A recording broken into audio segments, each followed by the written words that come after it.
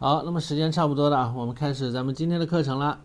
那么今天呢，咱们是继续来完成这幅墨骨画啊。上一节课呢，咱们画了2只小鸟啊，还有底下的这个梨花，画差不多了。那么今天呢，我们先把上面的这些花和树枝树都给它画完啊。画完之后呢，我们再把小鸟细画一下，花蕊一点就差不多完成了。那么葛粉呢是最后出场的啊，葛粉是最后出场的。如果有的同学是可能是昨天或者今天才做的这个葛粉呢，那其实就很好啊，比较新鲜，那就可以直接用，它没有成这个硬块。我这个现在都是硬疙瘩，一会儿呢需要用水给它泡开。我也可以提前给它泡一点啊，提前我给它泡一点。那么泡这个葛粉呢，其实里边已经有胶了。那么我们再来用的话呀，做好之后再来用呢，就不用往里边加胶了啊。你就把这个撇断一点，还行啊，不是特别硬，这么多就够用了啊，这么多就够用了。其他的呢，继续拿这个保鲜膜给它裹起来啊，回头放在冰箱里边给它冷藏起来。如果长期不用，你可以尝试着冷冻一下啊。然后呢，我再往里边兑点水给它泡开。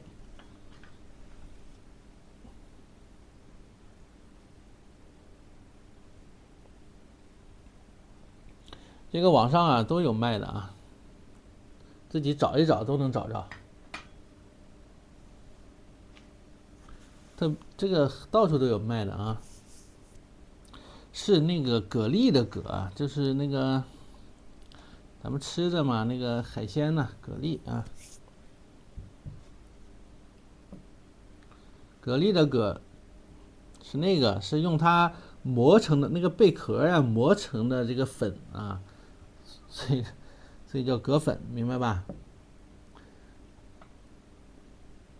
好，那么继续，那么我重新调了一下这个白色啊。画这种工笔墨骨就比较讲究一些，这个颜色呢，我们需要重新调和一下重新调一下。它不能是一个颜色，不能是昨天的颜色或者之前的很久了的这个颜色它尽量用这个新鲜的颜色，不然它会有沉淀，明白吧？画上去之后那个渣渣特别多。那么有的同学为什么画出来渣比较多呢？那个特别画叶片的时候用到的花青赭石这样的颜色对吧？就是因为可能这个颜料不干净，用了是好多天之前的剩下的这个颜料，对吧？那么我们注意一下。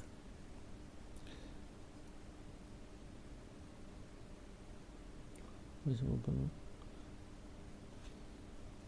应该是可以的自己看一下吧，应该是可以的。好，那么现在画这一片画这一团这个花，那么这个呢，基本上是咱们画面的一个画眼或者是重要的一个地方了。所以这一块的花它的一个组织我们可以看到它基本上是有3朵开的2朵半开的，还有一些花骨朵组成。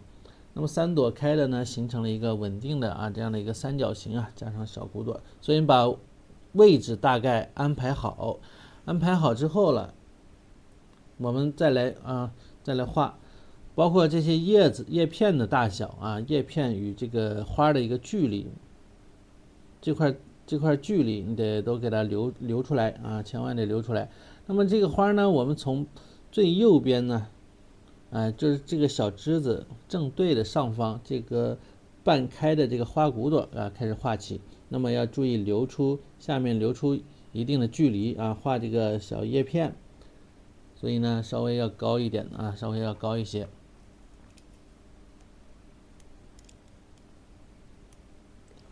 稍微高一些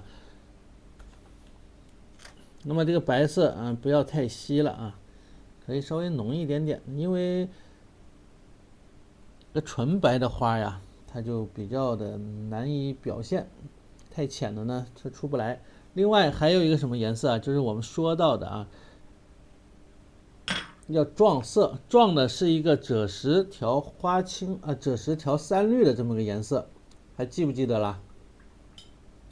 我们我们采用这种接色的方法或者撞色的方法都可以。那么你要调一个赭石，重新调吧，赭石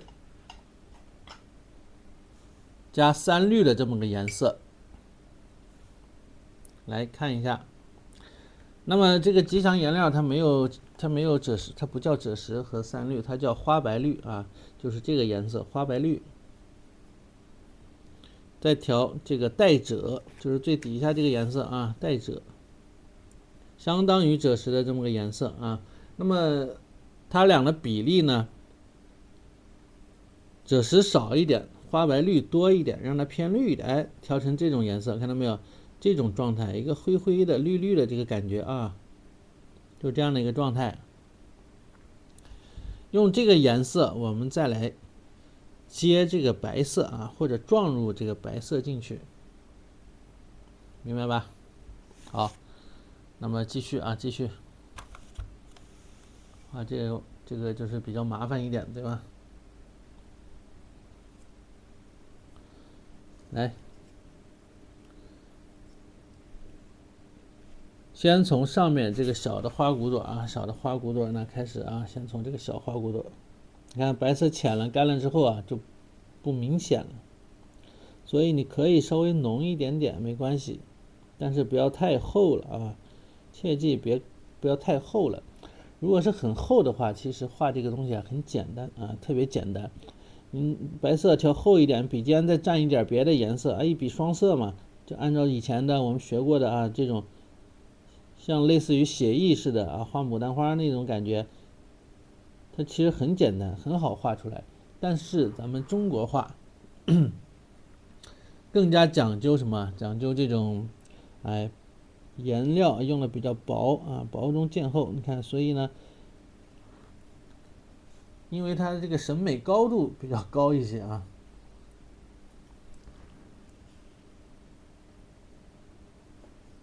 所以画起来也比较复杂。杂音大吗？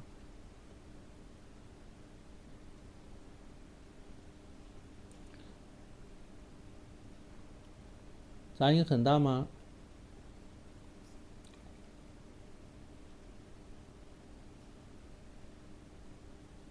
不清楚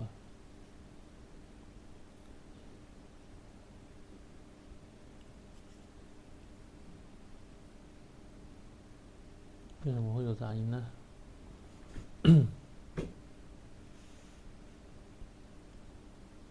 风扇的声音吗？好，那么仔细看因为是白色所以呢不太明显呢，它可能是看得不太清楚。如果是别的颜色呢，它对比会比较强烈一些。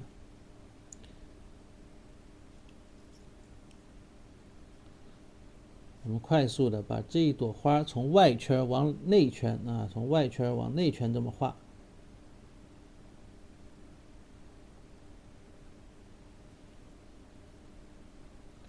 这个绿我刚才说了是这个3绿调的这个一点赭石3绿调一点赭石眼睛肿了，怎么回事？怎么跟峨眉似的呢？峨眉眼睛也没好吧？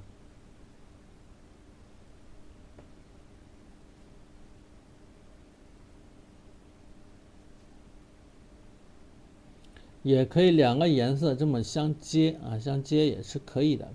如果它比较深一些呢，你就可以采取这种相接的方式这样接出来，那么边缘的地方它会清楚一些，对吧？它会深一些。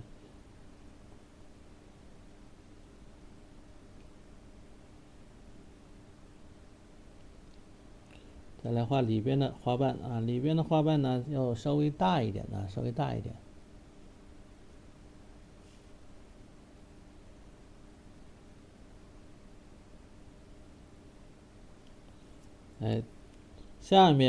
下面呢，我们用这个绿色接一下，这样这2层花瓣呢，它就有了一个区分了对吧？有了一个分界线。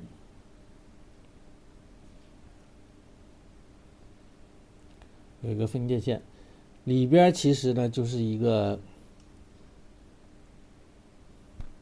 这个花心的一个颜色啊，它其实是偏绿的这么个颜色。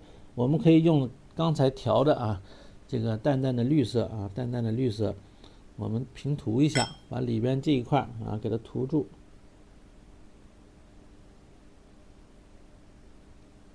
回头把花蕊一勾啊就行了。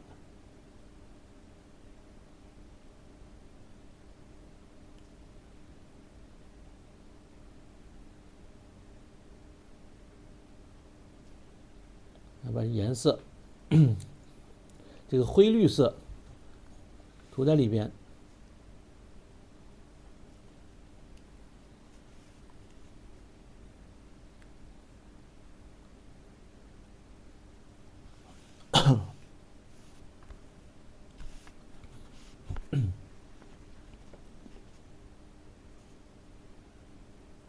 好，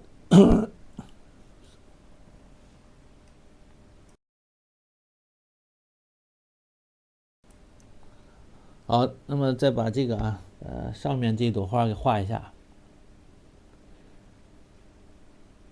你看这样位置呢，它是基本上是一个准确的，对吧？基本上不会错。可以这样接色啊，接色不明显。再把这个绿再撞入进来。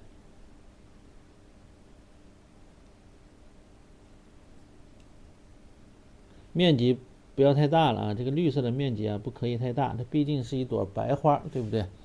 毕竟是一朵白花。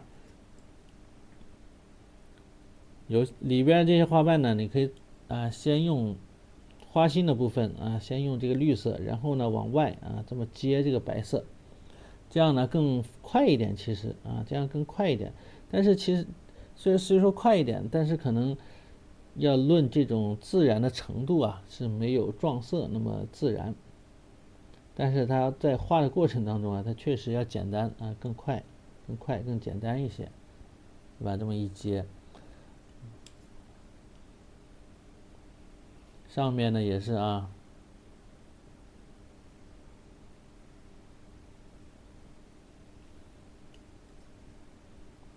一接色，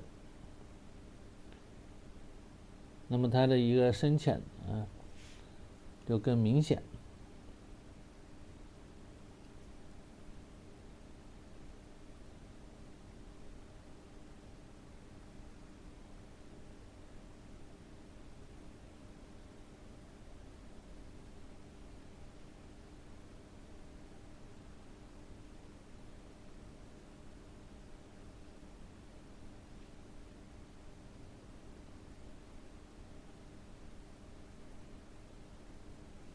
所以画这样的白花其实是很难画的，很难表现的这个白色呢也是特别不好控制的一个颜色。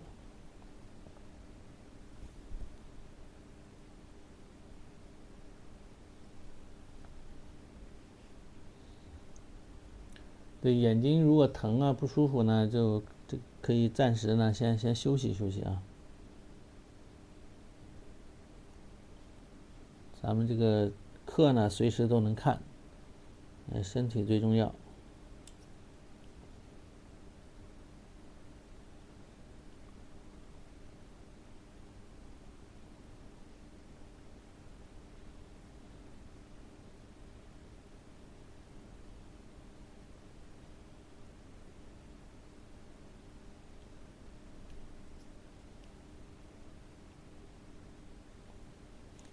一笔双色会，除非颜色比较厚可以出来一笔双色。但是颜色如果太厚了呢，它其实画出来很难看模糊画，就特别的像这种特别江湖气。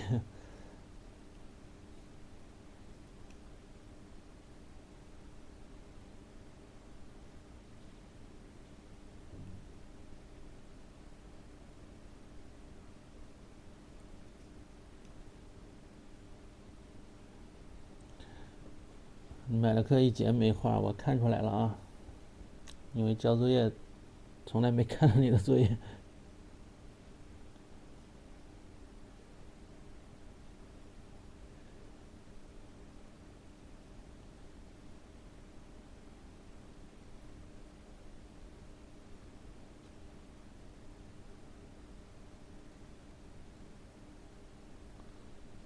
猫头鹰画了，我知道啊，虽然也没教，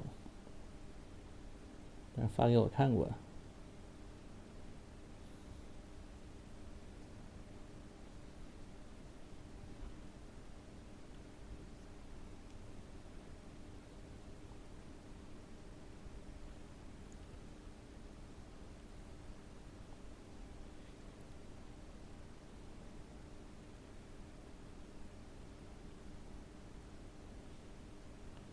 有空呢还是画一画啊。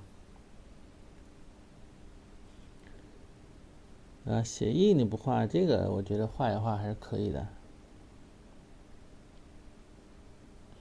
因为这个其他地方很难学呀，很难学到啊。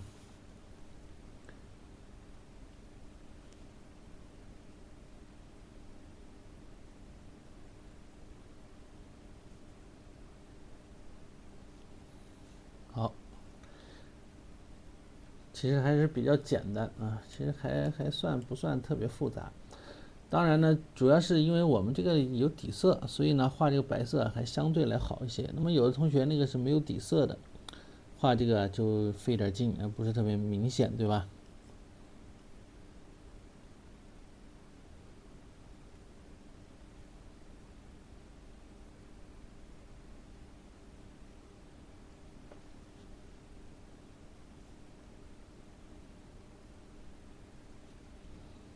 这朵花啊，我先把这个花心的地方画一下，然后注意这个花的一个姿态啊，它是有一定的这种起伏，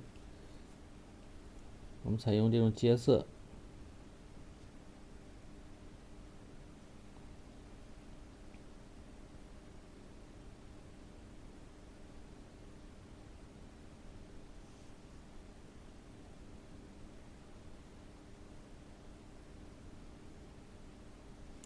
你要说这个一笔双色，其实，这是浙江吧？好像有一位画家啊，他也是画这种类似于写意的这种墨骨啊，就是用色比较厚的这种，像什么像这个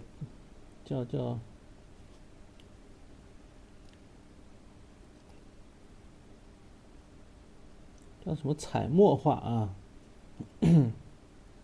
取个名儿。其实最早中国画不叫中国画的时候呢，这个名字叫法很多啊。有一种呢叫彩墨画，经常就是墨和颜色调一块使用，叫彩墨画。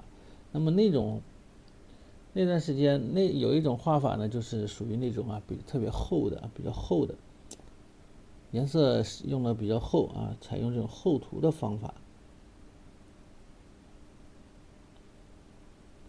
包括岭南画派也有一些，什么赵少昂啊、黄焕武啊，他们那个有时候那个颜色也是，他们多采用这种熟宣或者半生熟的宣纸画出来的颜色，通常都是一笔双色这样的啊，而且颜色呢也比较鲜艳，比较鲜亮一些。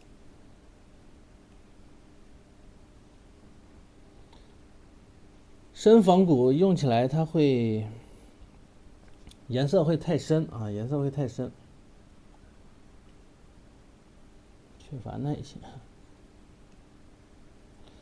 深仿古太深了，尽量大家以后买这个就买浅仿古就行了，不要买深仿古不推荐用深仿古。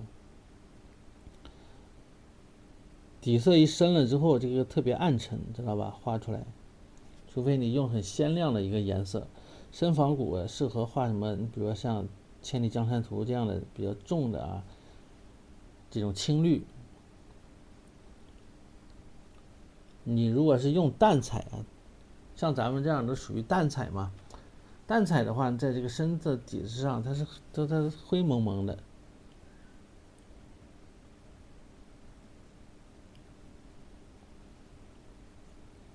所以大家尽量买浅仿古就行了，有一点就可以了。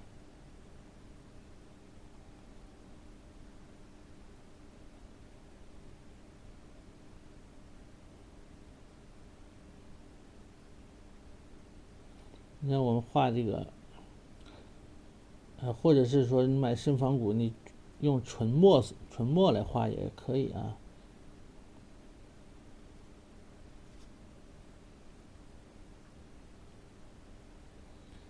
对，你就买小黄车里的那个蜀宣就可以了。那个蜀宣我都用了好多年了啊，用了10来年了，基本上是不会翻车啊。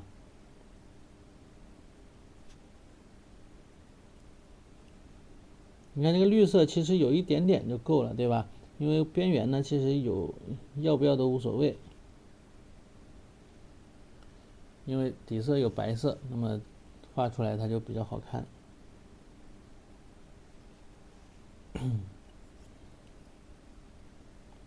干了之后，你看看这个花干了之后，它其实还比较浅，所以趁它没有完全干的时候，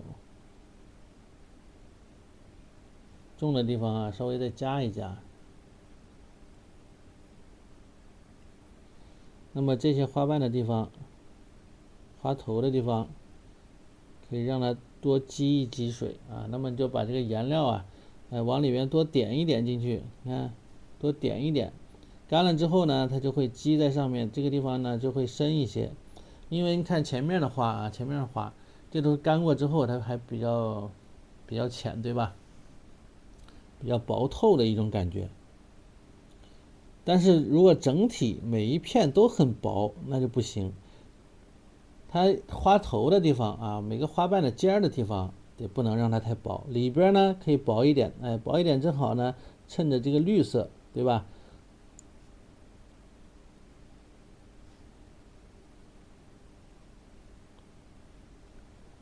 所以画这个墨骨画啊，非对这种拿捏非常的讲究啊，对于颜色的这种薄厚程度。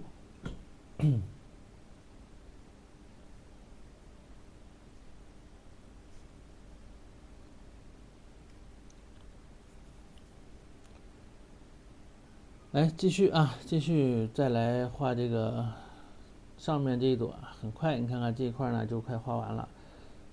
就采用这种接色法，接色法呢它是来的比较快一些。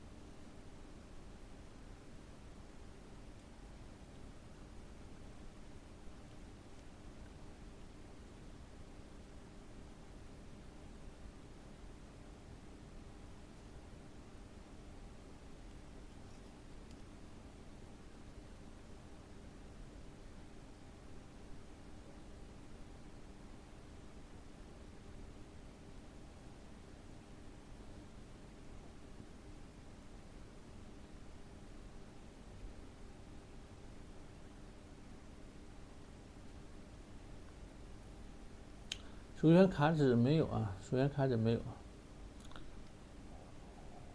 我这款我倒是找到了有一家，但是价格有一些高。如果你们不介意啊，回头我就给上去啊。如果介意呢，你就自己可以去找一下。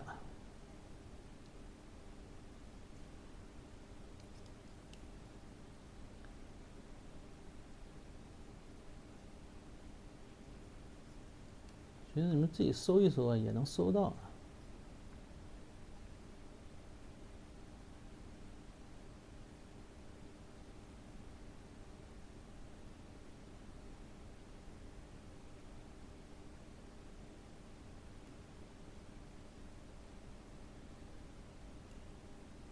你就买那个仿古啊清水书画那个就可以，那个蜀宣就可以啊。等我把这个4条屏画完之后呢，这个纸要么就不用了啊，这个卡纸，回头留着自己用吧。上课呢，咱们用宣纸画吧，除非有链接啊。用卡纸呢比较平整，拍照拍出来呢比较好看一些啊。因为之前用宣纸啊，它不是特别平整。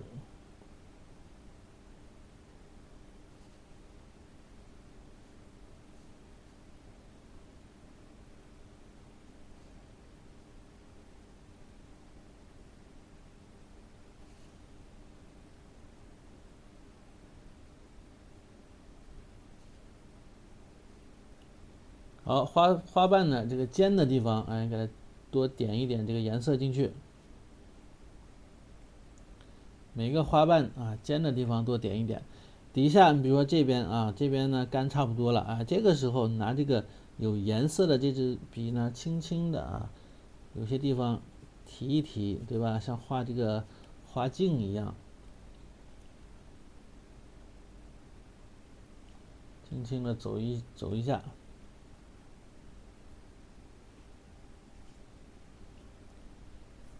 它能出现一点点的，可能不太明显，对吧？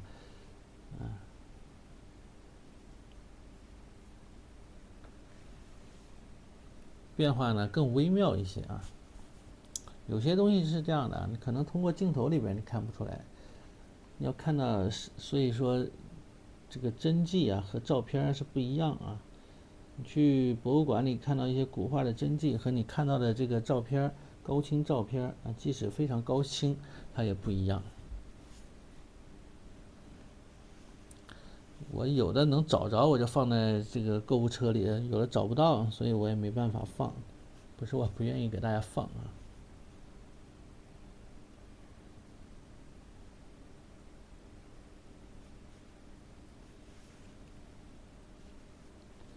好，再把这几朵啊，再坚持，把这几朵画完。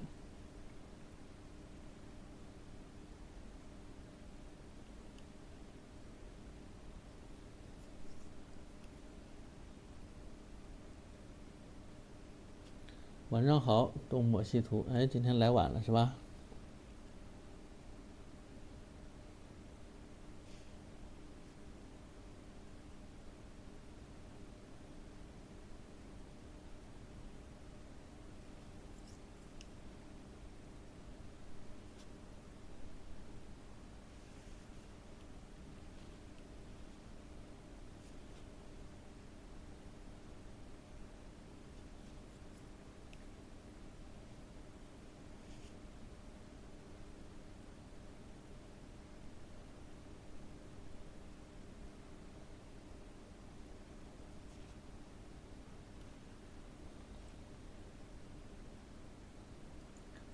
有什么展览？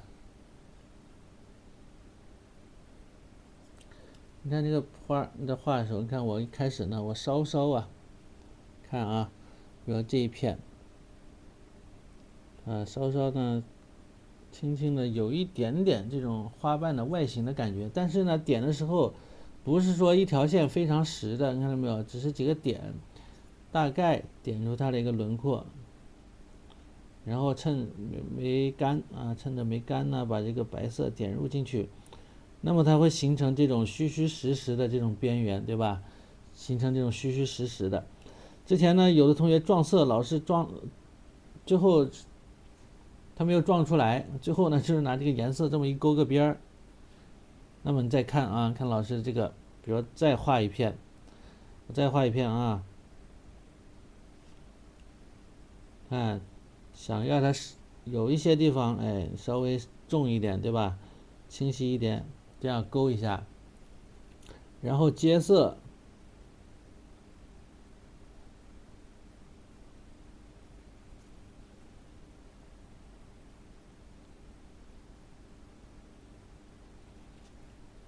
花头的地方再重一些，那其实这个线呢，它不是特别明显，这边缘线就不是特别明显了，对不对？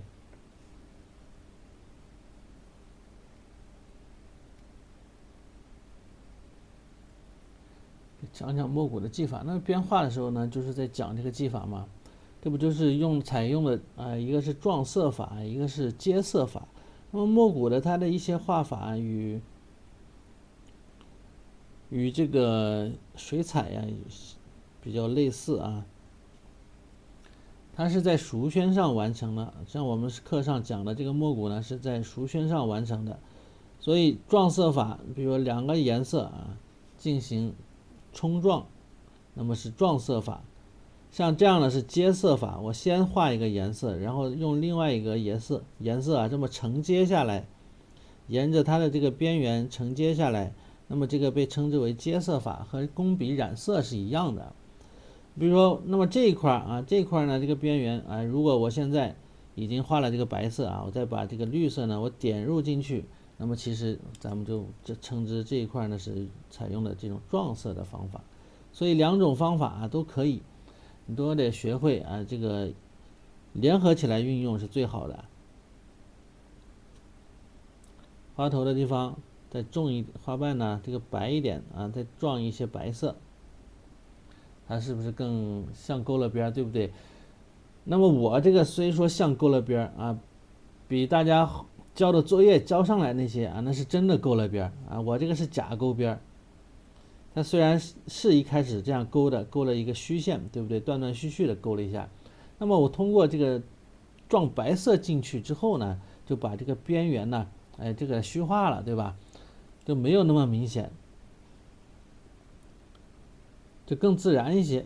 那么大家那个就是像勾了边啊，如果要勾边的话，那么我们就不如画工笔了嘛，就没必要画墨骨了，对不对？所以要注意啊，要注意这些区别技法，它们之间是有区别的。虽然有一点不一样啊，失之毫厘，谬之千里嘛，就是这样。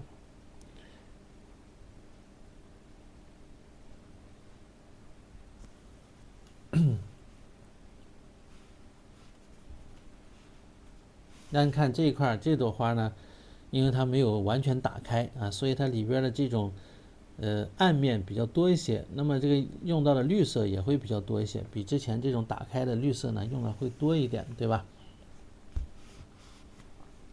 它的层次就丰富一些。撞色尽量呢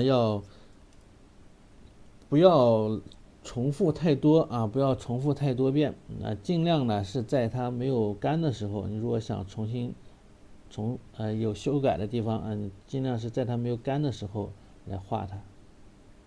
干了之后啊少动，你比如说像这个花瓣啊，我照样是先勾了一下，因为这是熟宣嘛，它不吸水嘛，其实这个线呢它是湿的啊，它还没有干，它没有被纸吃透。然后你把这个白色呢这么点进去之后，有些地方会和这个白色融合到一块儿，对吧？而且有的地方是没有勾这个线，那么这一块就是白色啊，所以它这个绿线它不是那么的清晰了，明白吧？那么就是一种若有若无的一个状态。如果这个时候我再趁机再撞入一点绿色啊，花头的地方，你感觉它呢就更自然一些。但如果是完全干了之后，你去勾一个边儿，那就非常的不自然，对吧？非常不自然。你比如说像这个花，这一半我同样也是勾了，但是呢，我没有勾死，对吧？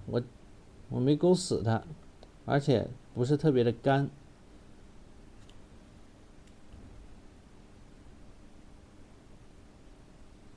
再以撞色进去。这条边是有深有浅的啊，比如这个花啊，底下重一点，上面呢我就不勾了，一会儿呢稍微撞一点颜色进去，它是有一点微微的啊，这么翘起来，这个花瓣的姿态把它画出来啊，表达出来就可以了。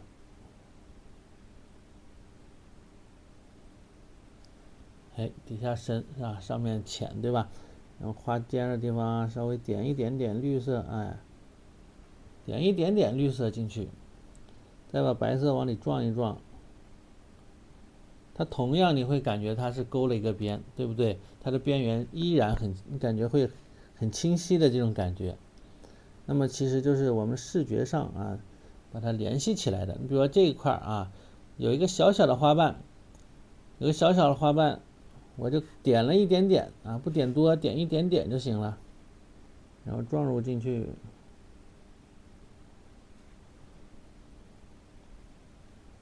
明白这个意思吧？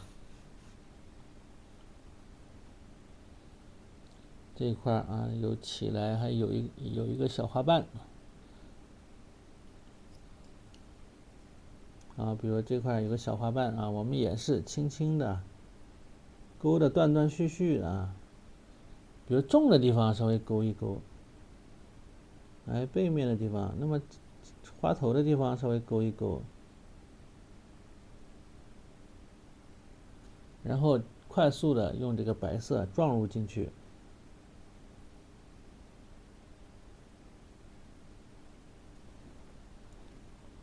多练习几次啊，多练习几次，慢慢体会，体会多了就好了。一开始肯定对这个不大了解啊，不太理解这个，对吧？不理解为什么这么麻烦这么画。我看看这边的啊，你看这花头的地方快干了，但是呢，这个花瓣呢有些平，就是我感觉白的地方不够白，我再撞一点白进去，让它积在上面。或者有的人呢，就干脆就是等干了之后，像工笔似的啊，再分染一遍，就把这个花头的地方再不够啊，他为了补救，他再染一染也可以。方法是多种多样的，灵活运用就可以了。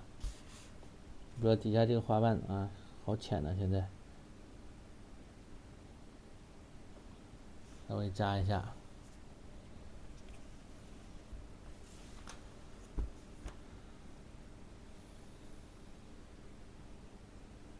明白吧？我再调一点白色啊。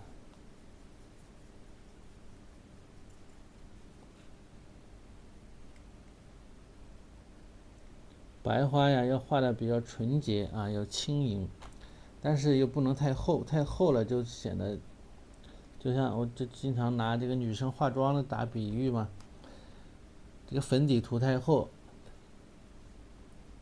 它就少了这种单纯的这种感觉，对吧？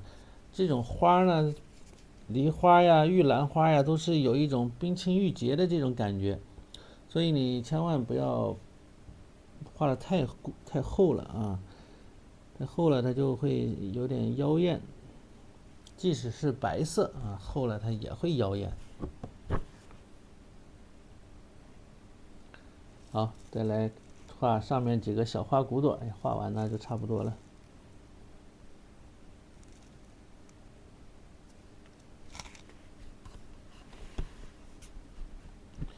对呀，所以你得控制好啊，控制好你个水头大小啊。所以如果家里有暖气，开暖气了或者开空调了，这个水头稍微大一些，它干了就慢一点。如果在南方比较潮湿啊，比较潮，你的水头呢可以稍微干一点也没关系，因为它干的比较慢，对吧？这个确实是这样的啊。不同的地方画这个确实不一样。我以前画了一张画，然后我一同学，同学要，然后送给他了。他是在深圳啊，后来去了在深圳，在深圳呢，他裱起来挂在他的这个办公室里边。结果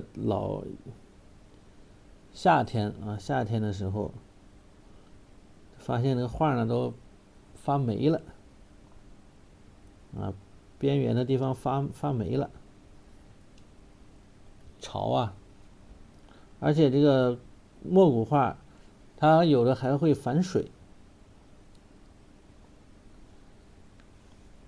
特别是撒盐之后，比如有些叶片的地方撒了盐之后啊，碰到这种阴雨天呢，它的这个地方潮乎乎的啊，还有水出来，比较有意思啊。我以前有一次画画就是这样的，夏天的时候，前两天画了一张画，我也没裱嘛，我就放那儿。那有一段时间老下雨，老下雨，这画都潮乎乎的，这纸都是软塌塌的。然后画过的那张画呢，那个撒过盐的地方啊，那个水呀，全反出来了，因为之前是让那个盐给吸走了一部分，对吧？有一些盐呢没有扫干净，还在上面粘着，然后呢那个地方就反水。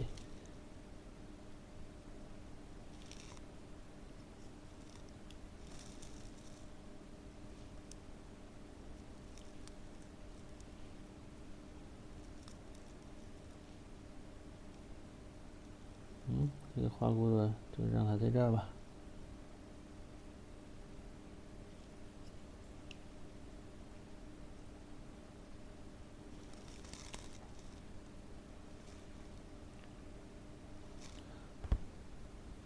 好，这一片这个花呢，先这样了啊。我们把这个叶啊给它勾一勾啊。先把这些花柄、花托给它画出来，然后再把叶子画一画。你找一支勾线笔，或者是一支小的这种小狼毫，还没用到葛粉啊，还没有用到葛粉，最后了再用，现在呢用不上。我们还是用这个绿色，这个叫什么青草啊，青草的这么个绿色啊。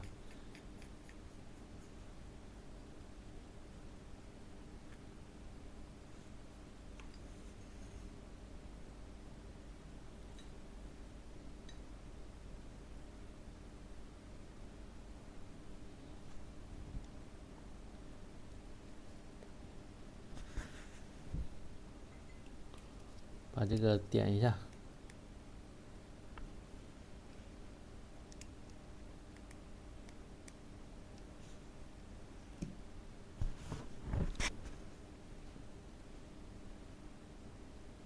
哎呀，这个好像画高了啊，画高了一些。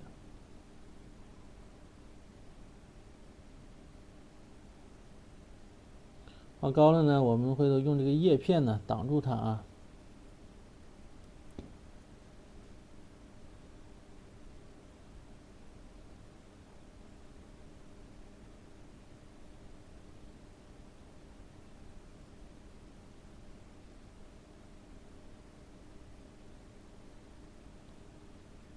还没干。花托部分，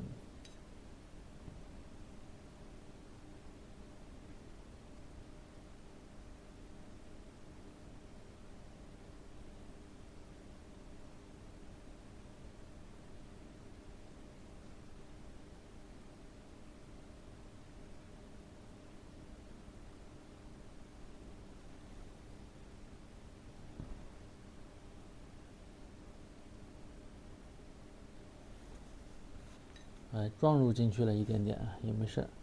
那么一会儿这个地方呢，就用叶片给它挡一下吧。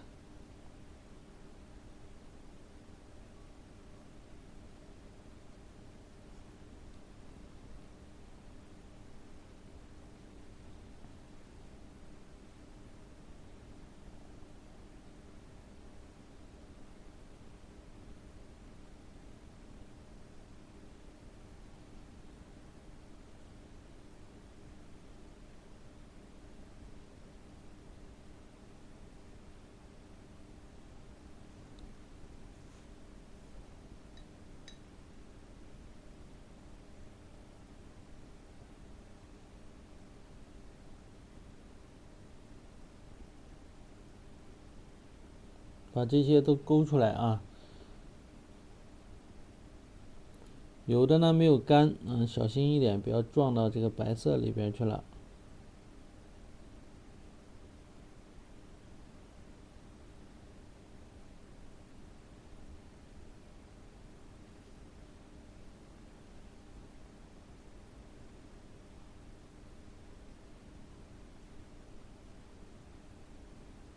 这个就没有干啊，不大敢撞。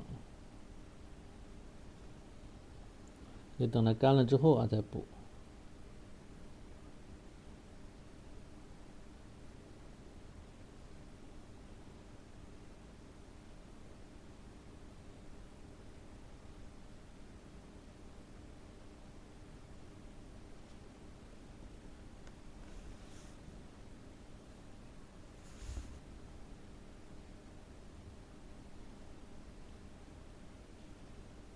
好，这一朵啊，这一朵，这边这几朵要注意它的一个姿态。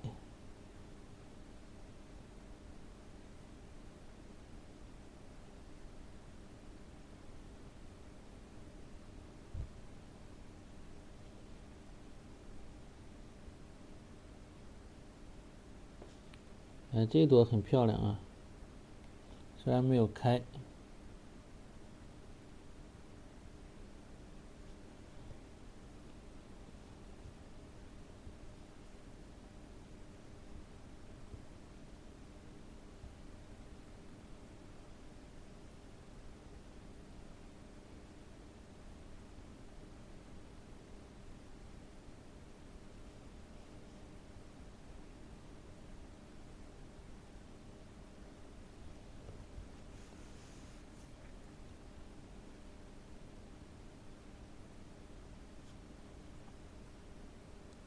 这还差一朵，画漏一朵。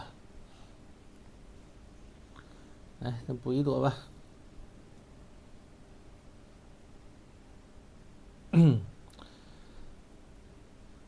等干了之后啊，这个花蕊一点呢，就更漂亮了。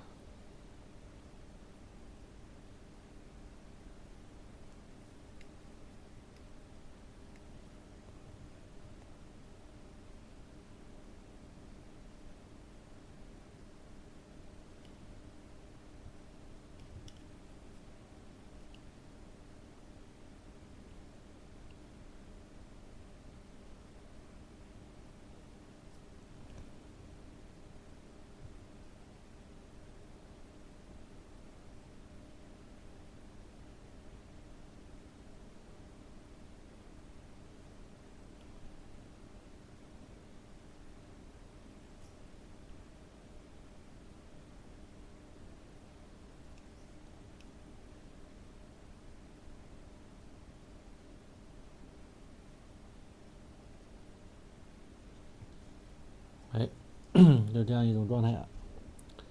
这个小花就不要画太大啊，注意这几朵小花的它的一个个头、大小之间呢还有一点区分，对吧？不是说所有的花骨朵都一样大啊，有些呢它特别小。姿态上啊都是做到了形态各异。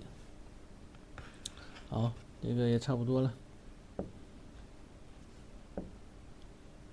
小花像一只小天鹅吗？这么漂亮啊！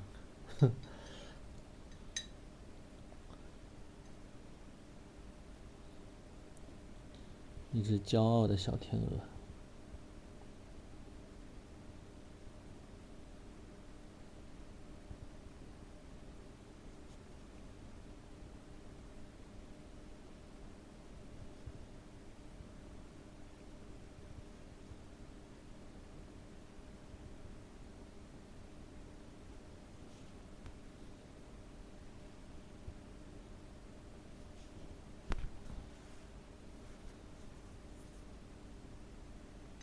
好，在该画叶片呢，咱们就来加叶片就可以了啊。这个都画好就可以了。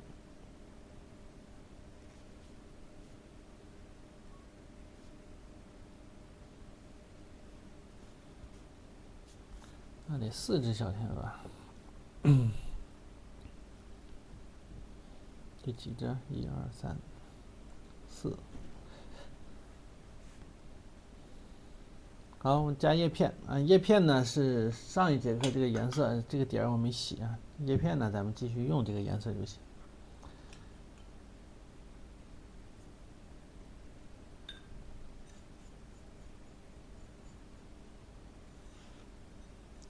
没有这个颜料的同学呢，用这个花青调藤黄，花青多一点。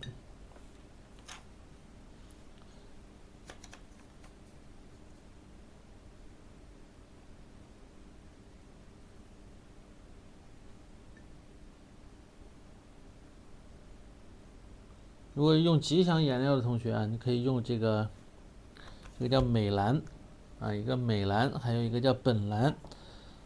美蓝与本蓝啊，两种蓝色，就是这两种蓝色。然后呢，加一点这个绿，三绿，就是花白绿，或者加一点刚才说的这个叫什么青草啊。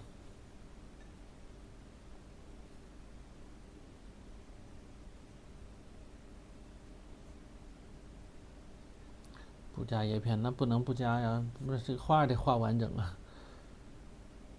加了叶片呢，它其实更好看一些啊。然后先从底下这一片开始加，那么这一片是个比较圆的啊，比较圆的一个叶片。加的时候注意啊，这个留了出来这个空，这个距离够不够啊？或者是不是它留多了？如果留多了怎么办呢？留多了你就给它画长一点的，不要画的它这个是有点往那边这种偏，对吧？我感觉我留的还比较准啊，这个。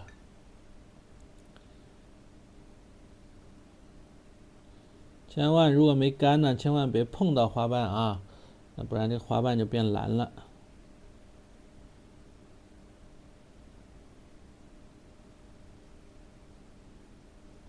圆圆的这么一片叶子，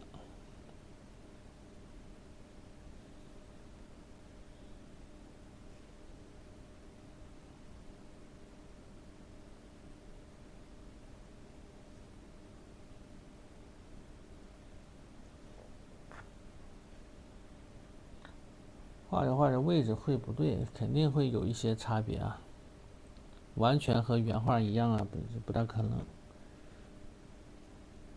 ，70%-80%吧。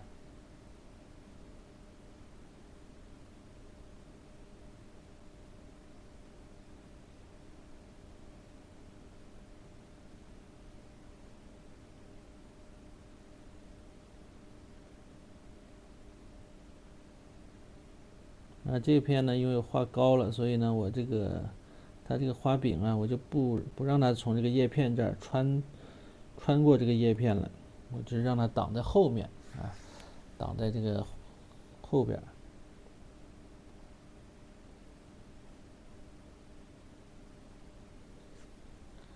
好，再来一支毛笔，调一个刚才说到了这个颜色啊，这个青草色。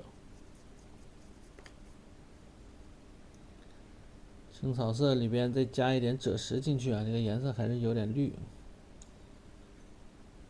这调出来是这样的这么个颜色，对吧？还是有点偏绿了，我再加一点点赭石进去，让它暗一点。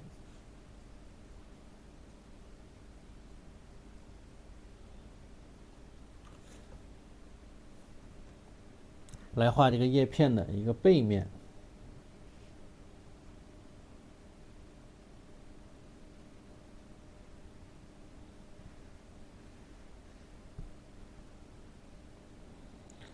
如果用画板的话呀，要裱板的话呀，这个就是画板呢，一定不要是那种特别薄的啊。市面上一般一些就是小朋友学画画用的那种画板，那个特别薄，三合板，很容易沾水就变形啊，就不要买那样的，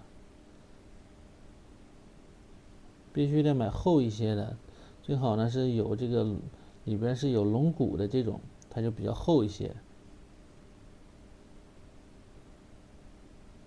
那么一喷水之后啊，它不会变形，否则啊，它变形之后非常厉害，基本上起不到作用啊。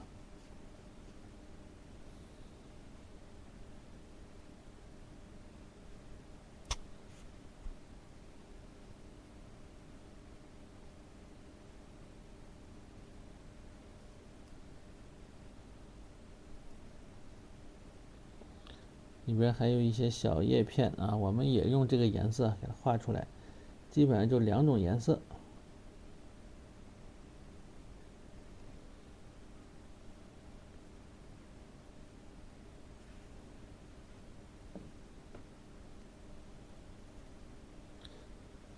必须用这种颜色吗？不是啊，你可以用别的颜色也行啊，没有啥必须不必须的啊，没有对与错，只有好与坏。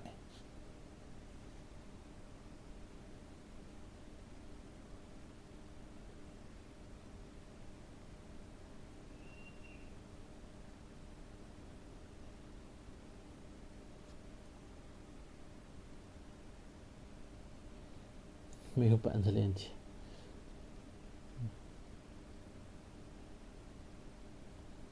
我就是链接少。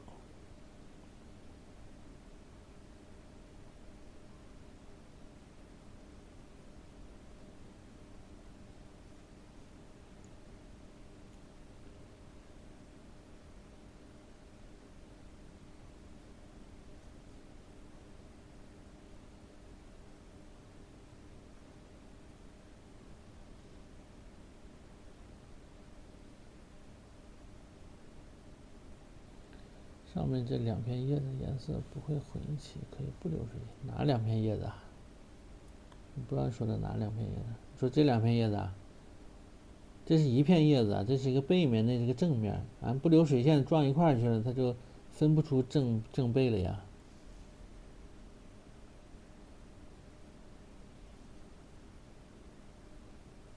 你要不想留水线，可以等它干了之后，你用颜色把水线呢稍微给它堵上一点，但是你不要现在去画啊，你不能不留，一开始还是留出来。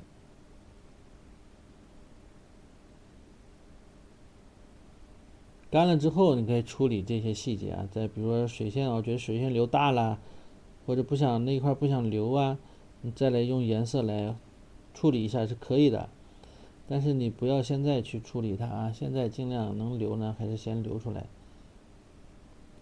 因为碰到一块去，俺就处理不好了。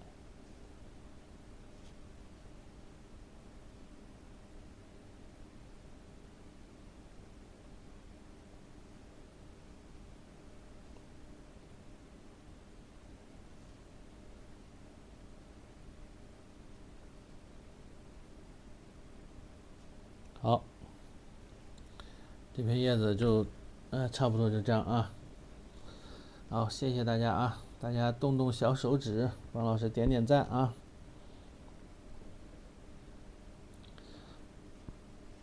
画墨骨啊，虽然说啊，画的过程当中时间呢会比较的长，对吧？感觉会比较长啊，因为它比较特别就是比较精细嘛。但是基本上你这个时间花了，它就是有成效的。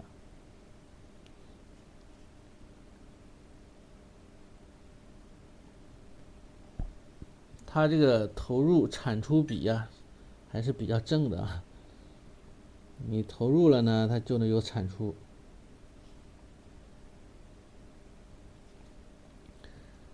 它就有回报哈，知道吧？那有的人，比如画写意的话，它的这个成功率就低一些。你可能投入了啊，投入10分，能够回报你2分、3分。这个你画墨骨，你投入10分啊，能够回报你5分、6分啊，甚至7分、8分，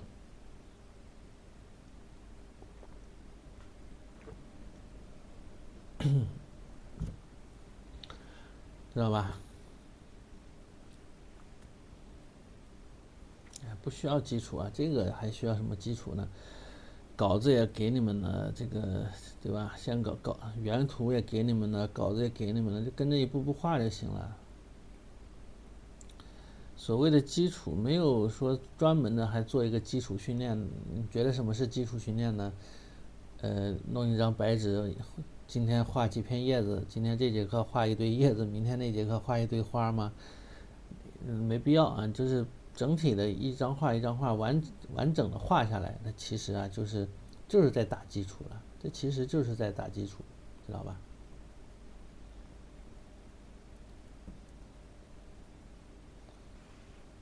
比如说有的就是啊，今天我们来画这个叶，对吧？啊，然后画叶，各种正的1/3侧面、背面各种侧面，啊，明天画花，后天画组合，这样行不行？也行，啊，但是其实你单片叶绘画，单个的花绘画，你不一定会组合，你不如直接这么跟着啊，这么完整的画下来。它虽然难度会大一些，但是它其实就训练最终的这一步嘛。但是绘画的过程当中啊，每一步又没缺啊，每一步都在那儿，需要画到的地方啊，就是每一个地方都画到了，这就行了啊。所以不要害怕什么老是说基础没基础啊，基础弱呀，哎呀不存在呀。那么我们在学画画的时候，一上来就是宋画临摹，对吧？练线条一上来就是永乐宫壁画临摹，我们也没基础，那毛笔上大学之前我也没拿过毛笔啊，写过书法，但是没有画过国画。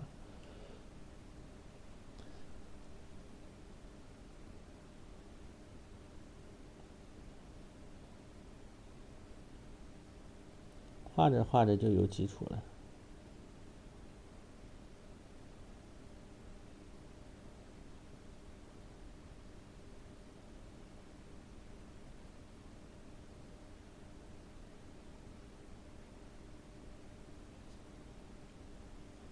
太难了，不难呢，这还难。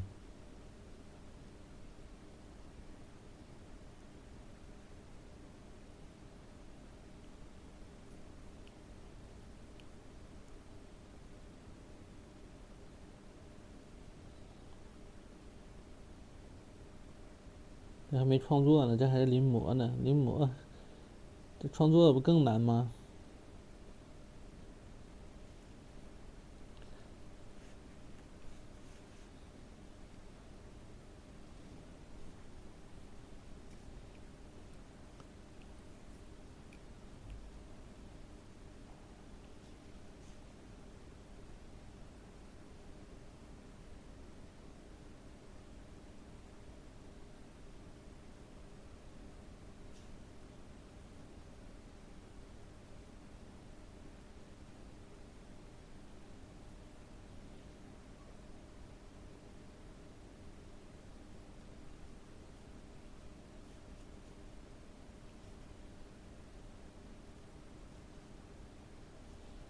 背面啊，正面、背面。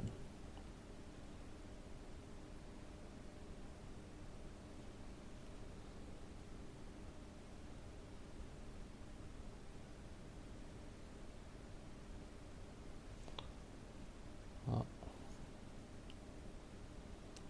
这个叶子呢，它每一片都得有出处啊，每一片呢，所以这个叶柄不要漏了，不要漏了啊。底下这块还有几个小芽，对吧？那个小芽，我们先把这个小枝，那么这个得加一个小枝，小枝呢其实就是用了一个上一节课用的是赭石加淡墨啊，加了一点点土黄，然后撞一点点白色。这画是33乘以66，你看咱们作业啊，交作业的同学，这个墨骨画的好的很多呀。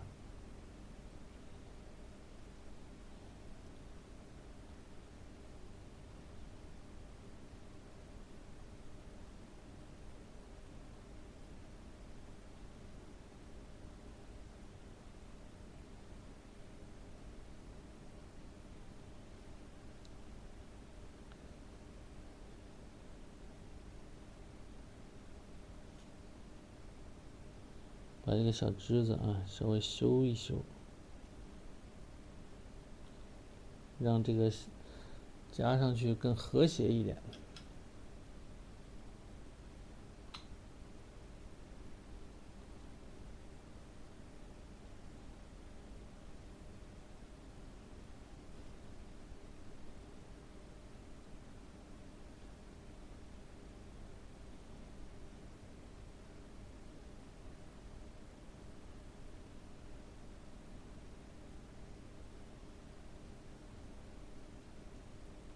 那你们还想学这个画这个团扇啊？那个团扇那么贵，那这个不先练一练呢？到时候教你们画团扇，那糟蹋一个就是都顶上我这一套课的这个价格了。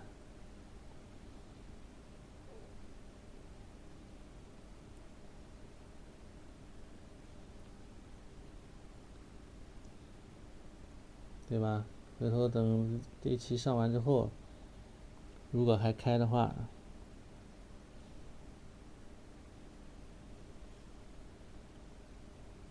可以画一点啊。但团扇的话呢，它其实尺幅小，那我到时候画呢，我就是买，就全是用这个团扇了啊，就是纯团扇。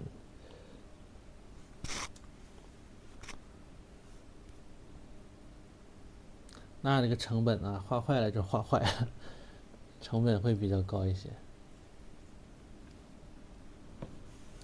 我以前画那个金钱卡，那个原版那种卡纸啊，硬卡、金钱卡啊，日本进口的金钱卡，那一个刚出来，那会儿刚有那玩意儿没多长时间，一个都卖到了30多、38块钱呢，40块、38、40这样的。我就，哎呀，每次你比如说在纸上画的时候还好啊，压力没那么大。每次用那玩意儿画，你这个压力就比较大，贵呀，画坏就坏了，对吧？一个好几十，有时候画坏了，那个我画坏不少，我得画坏得十来20个吧。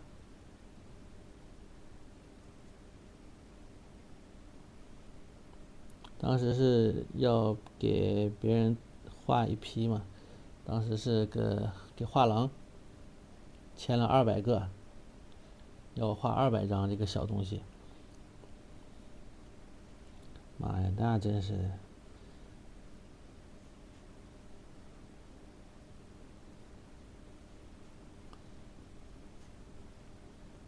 所以不要害怕，没办法，逼到份上了啊。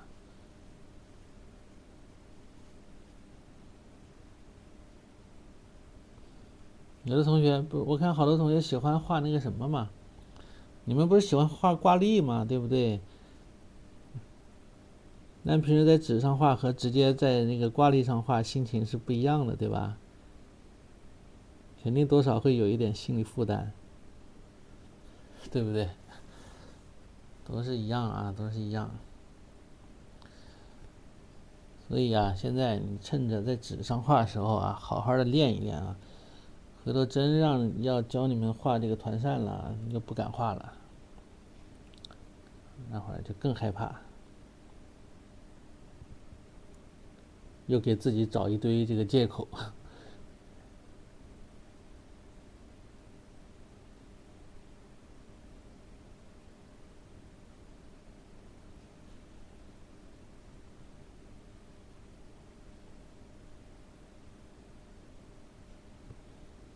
当然了，有同学说，那我拿纸画，对不对？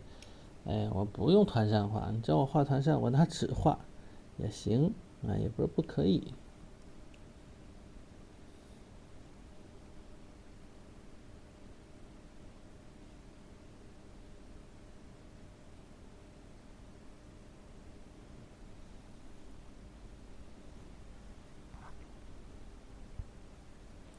是的呀，就是这种心情嘛。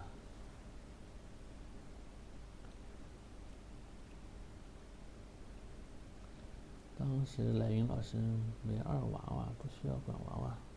不是，当时是在哪儿呢？当时是自己在北京嘛，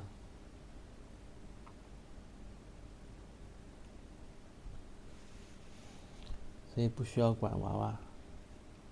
现在回来了就得管了。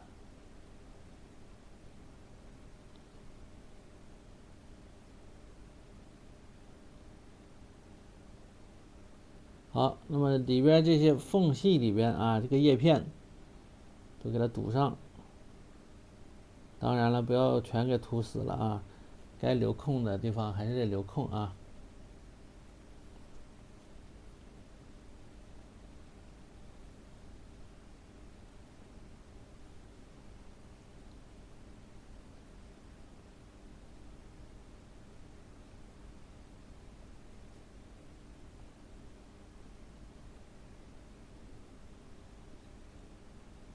后面你看有些这个叶子呢，它是似是而非的这种状态啊，都你也看不出是不是叶子，它反正就是有一点蓝色，也没勾叶脉。你比如说这一块，对不对？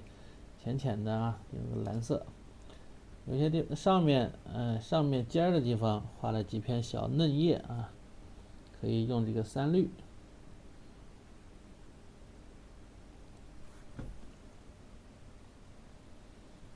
哎，你们5年呢？开玩笑呢，5年都多大了？把画好的扇子放小黄车。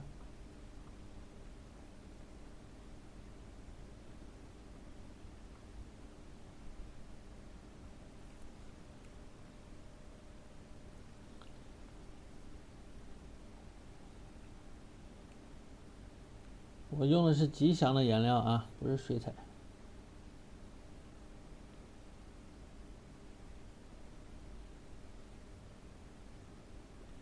水彩的颜色呢，这个吉祥颜料它已经是这个纯度比较高，就比较鲜亮啊，这个颜色，它比我们传统的国画颜料要鲜亮不少。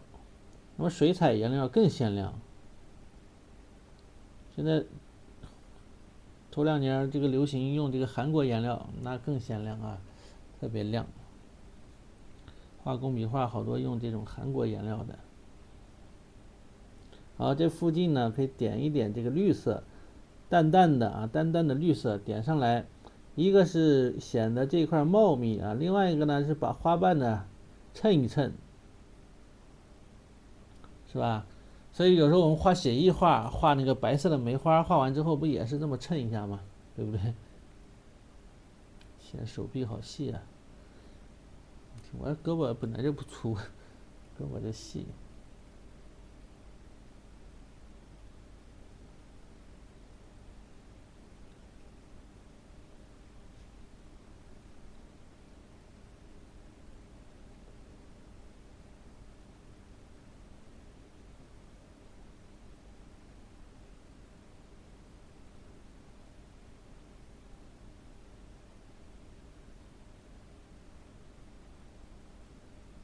每一片叶子，它哪怕是把这个花衬一点点的，不需要把一朵花的所有的轮廓都衬出来，啊，只需要衬一部分轮廓出来，那么这个也是有很大的一个效果和作用的。比如说这些啊，我们稍微衬了一点点，那么这块看起来就比较密啊，比较饱满。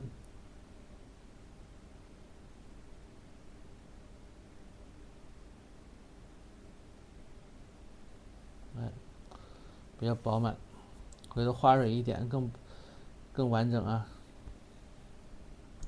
好，紧接着呢，我们把这个树枝呢往上去吧，树枝该往上连的往上连一连，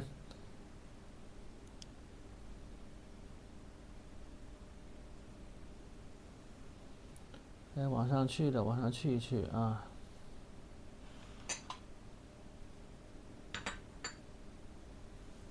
小枝子可以偏写意一些的这种用笔啊，可以大胆一些，不要太拘谨。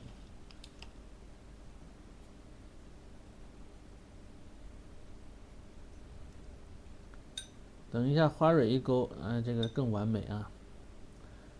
你看梨花的这个花蕊特别密，而且特别挺，春天的这种感觉啊，非常浓郁。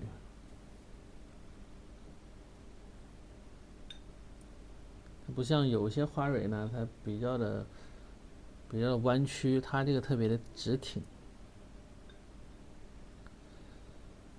好，我们调一个这个颜色啊，调一个颜色画这个枝干，就是赭石加淡墨啊，赭石加淡墨，加一点这个土黄，这个叫黄土啊，黄土带赭，然后加一点淡墨进去。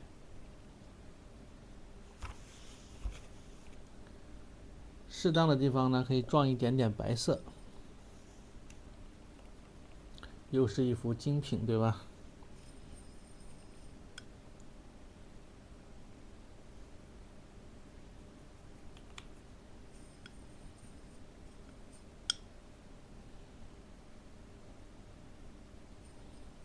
点淡墨。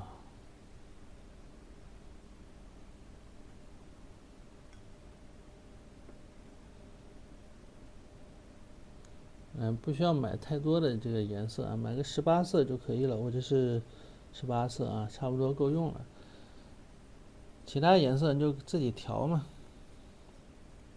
我就最好是不用现成的这种颜色啊，所有的颜色啊，尽量都是用调出来的。特别画写意画，墨补画也非常讲究这种颜色的变化，所以你不要说是靠这个纯的颜色啊，跟小朋友画画似的，这个用黄色，那个用绿色，可以画成小写意啊，没问题啊，反正小写意也没问题。好，我们来加一下树枝啊，稍微缩小一点吧。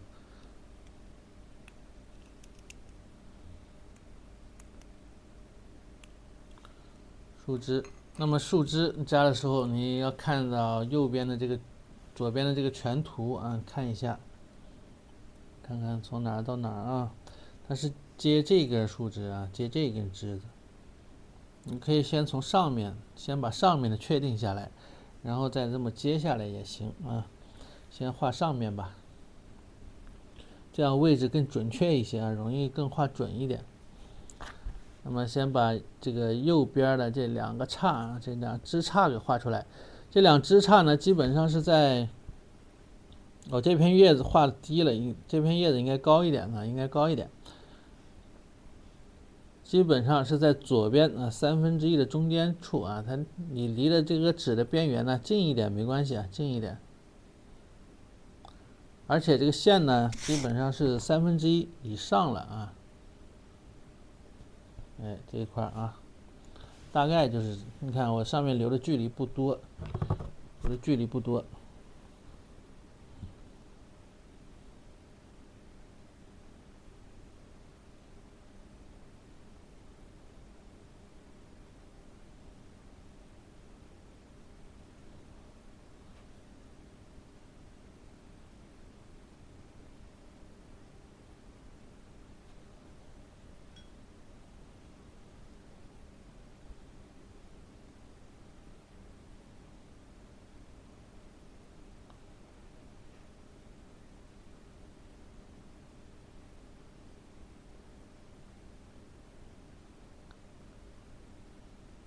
可以用这种写意的这种笔法，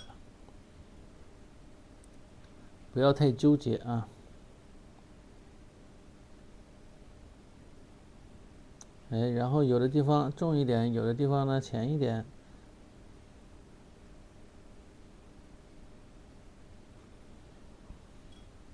回头再来撞个色。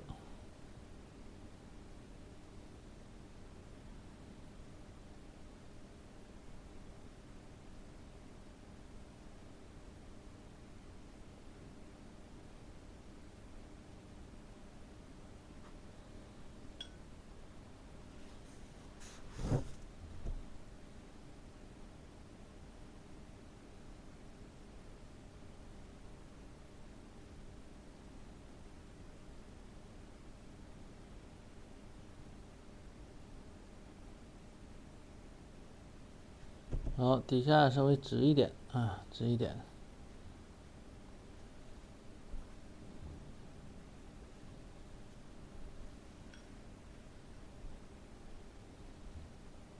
再来这儿啊，再来这儿接一下。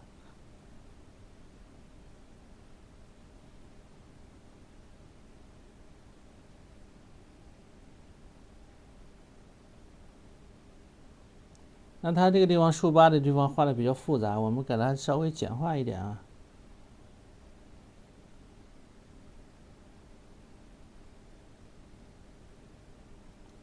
采用这种色块的方式啊，采用这种色块的方式，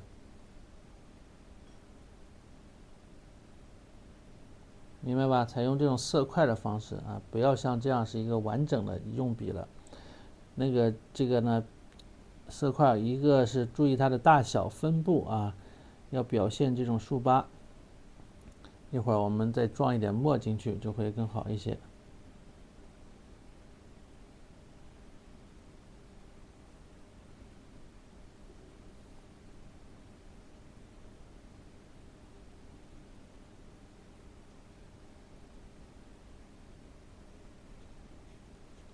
隐藏在这个里边就可以了啊，隐藏在里边就行了。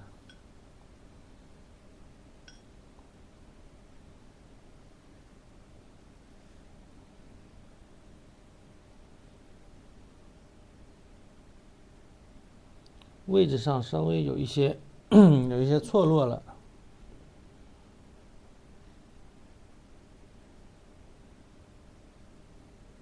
只能是见机行事啊，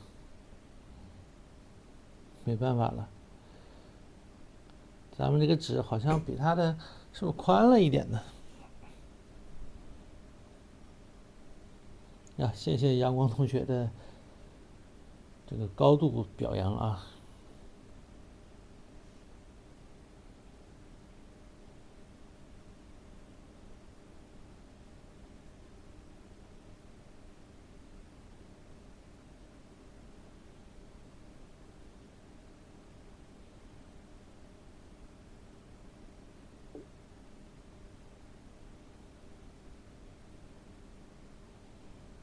接一下。所以有时候临摹也是啊，要学会随机应变的。你像比如说构图位置发生了改变啊，我们稍微要自己的人为的做一些这个调整。那么这个其实是一个考验你对于构图的知识的理解啊，多不多，有没有一些这种构图的意识在里边，也是一个考验，对吧？那这个画的多了之后啊，它慢慢的就会自然而然的会培养出一些这种构图意识来，也不需要刻意的去训练啊。画多了，它其实就是已经会有啊。当然了，再加上这种训练的话，会这种意识会更强烈一些。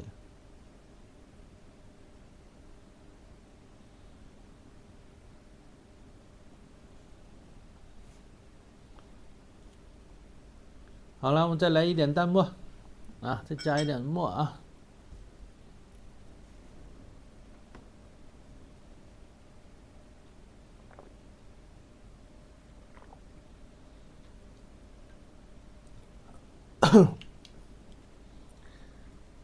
因为他眼睛不舒服，所以呢，他要去休息一下。你买浅仿古就行啊。好，这些竖八里边，这个里边撞一点淡墨进去，墨不要太重啊，淡一点就可以了。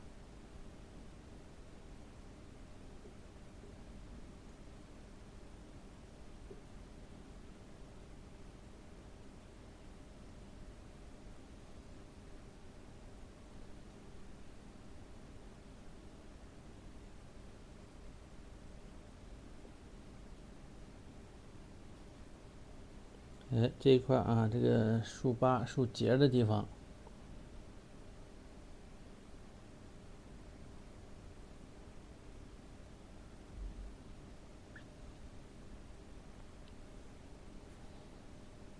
整体啊，先给它撞入进去啊，然后我们再撞一点这个白色进去。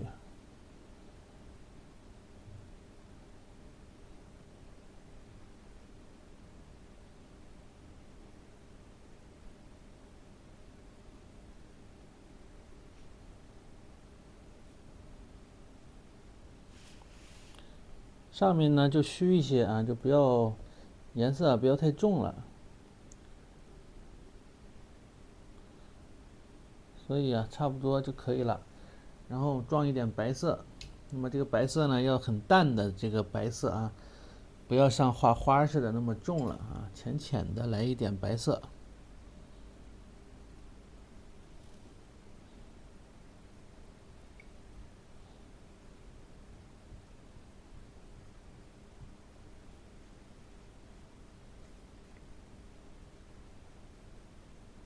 来，轻轻的来一点白色啊，淡淡的白色撞入进去，注意这两个颜色，我们给它接的要自然，所以呢，这个里边撞了白色，你看撞了一遍白色之后呢，它就会灰一些了，看到没有？哎，没有那么，哎呦，这个毛笔弄脏了，才开的一支新毛笔。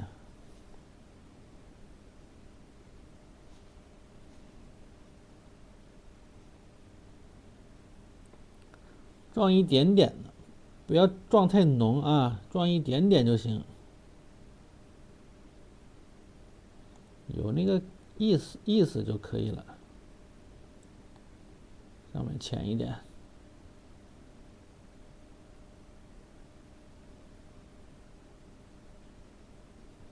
好，撞一点就可以了啊，不用撞的太多，好吧？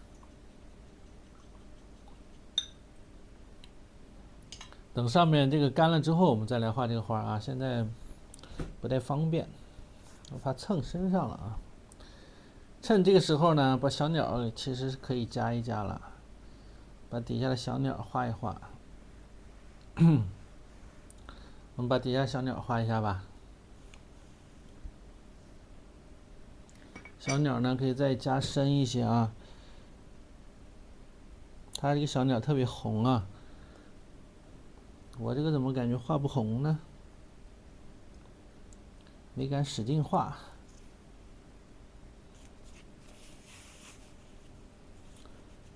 怎么了？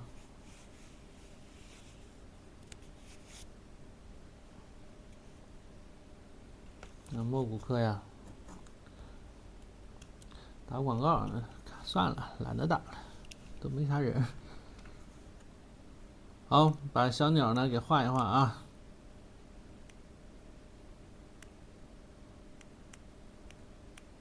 小鸟再给它加一遍。那么现在我这个上课是一种什么心态呢？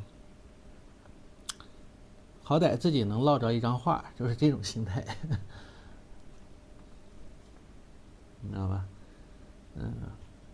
当然了，课如果卖得好更好，对吧？如果真是卖不动，也好歹自己落了一张画下来。所以我是这样的心态。自己画一张自己喜欢的画，也不很好吗？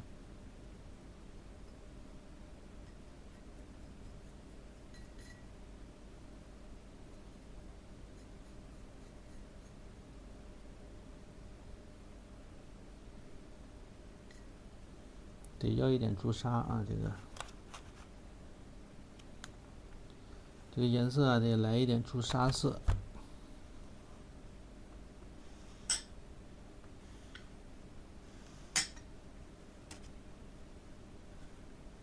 对啊，我也不喜欢老打广告，我也讨厌打广告。从在公司的时候就讨厌干这个活儿。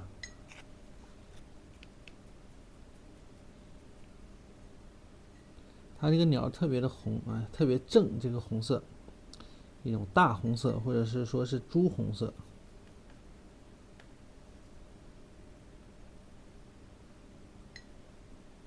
咱毕竟是个老师，不是个商人，对吧？咱毕竟不要太干不来啊，有些事儿就没办法，就是干不来。加一点藤黄试试啊，黄有点太深，这个红啊。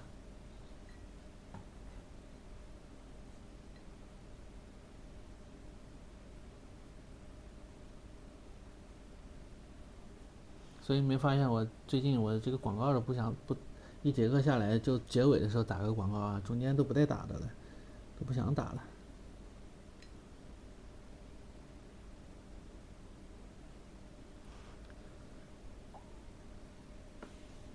好，我们先画这只鸟啊，因为这只鸟呢，这个重的地方好像还重一些，这只鸟呢，这个重的地方啊太浅了。我们再把这只鸟啊给它细致的画一画。这个颜色得试一下啊，不知道行不行。我们先试一遍吧，反正趁着这个树干没干啊，先试一遍。树干干了之后，我们把花画齐了，再把叶啊，把花蕊呢用葛粉呢，把这些都给点完之后，我们再来画这个小鸟。那画这个小鸟，现在丝毛啊，丝毛呢前面不需要撕得太细啊，大家千万对于丝毛啊不要误会啊，对于这种工细的画法，可以是像这样的点，你看到没有？连点带丝的这种感觉啊，前面呢排列细致一些，比较细一点。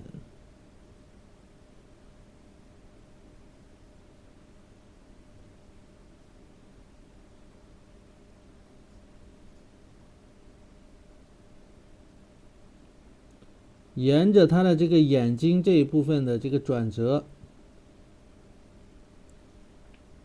方向会发生一些改变啊，方向呢发生一定的改变，不要乱啊，不要总是同一个方向，对吧？然后上面呢往上，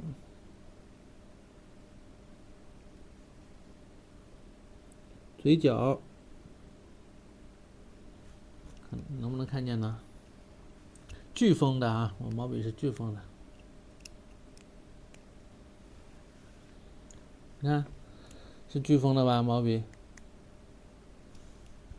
不是散开的，看到没有？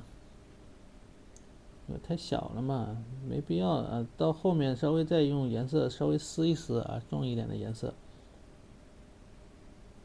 因为毛笔也不大。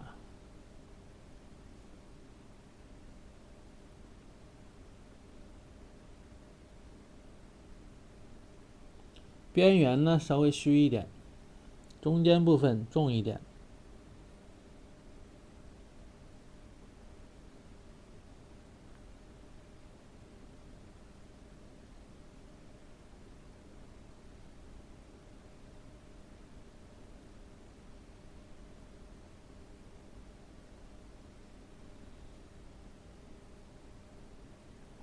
这颜色好像还是浅了啊，中间的地方可以再加一层，不需要画的太匀啊，不需要说画的特别的均匀，像这个工笔画染的特别过度、特别的均匀，也没那个必要。老是把现在的毛笔，这个毛笔好，给你看一眼吧。你这不一定买得到啊，我搜一圈没搜到，回头我和那个联系联系啊，问问有没有链接。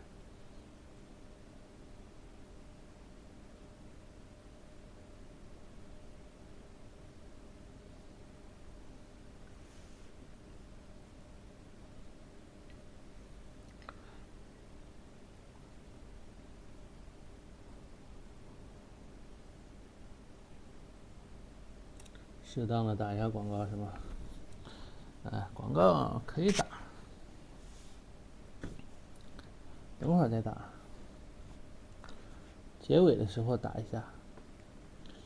画画的时候咱们专心画画，不打呢对自己也没一个交代，必须得打一下。打多了吧也烦，是吧？打多了自己都烦。我相信每个老师都是这种感觉。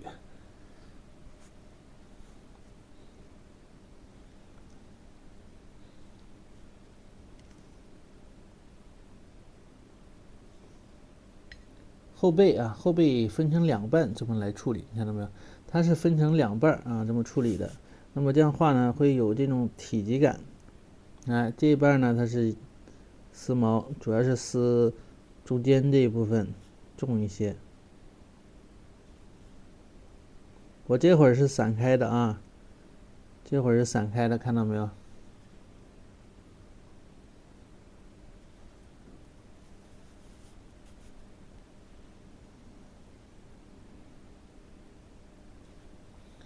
好，分成两半来处理啊，这个地方。那么这一半啊，这一边呢，先这样啊，颜色感觉还是浅了啊，一会儿再加重一点，还是谨慎了一点。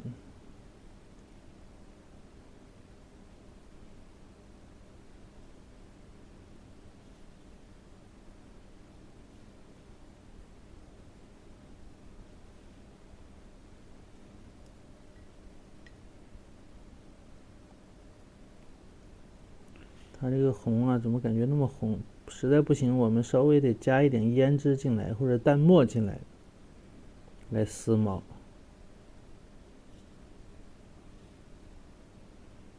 一边大一边小，左边小一些，右边呢这个大一些。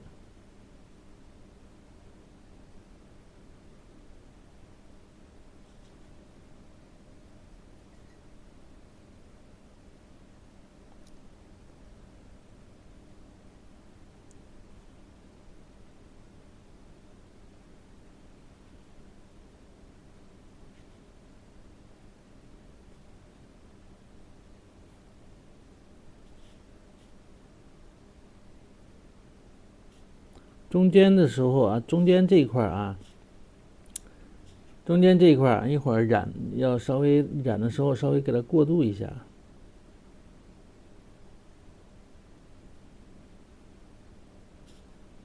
首先我们把背后两边这个最重的地方啊，给它染出来啊，这种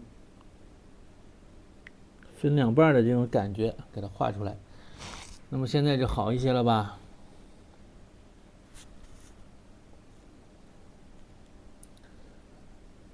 啊，谢谢大家啊，没事啊，我一会儿会打的啊，等会儿。现在大家都画的正高兴的时候，对不对？啊，不用担心，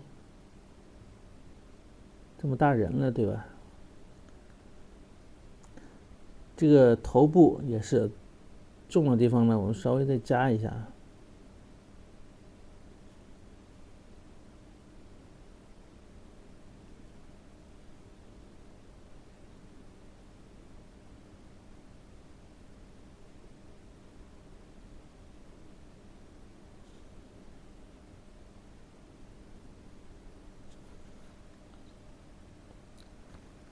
然后边缘啊，边缘这一块，这块呢其实是有这个小雨片的啊，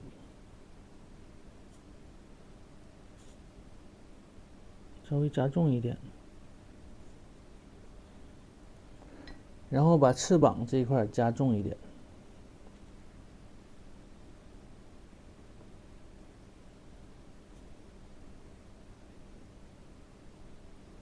回头我们用朱砂色啊，把整体呢给它染一下，快一点啊，否则太慢了。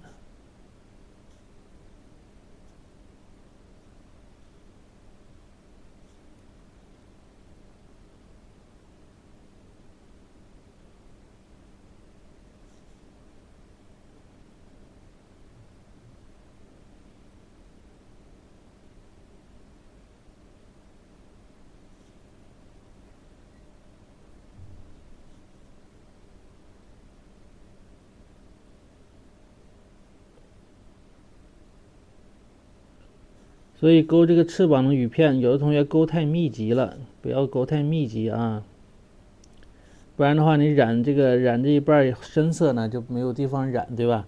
不大好染。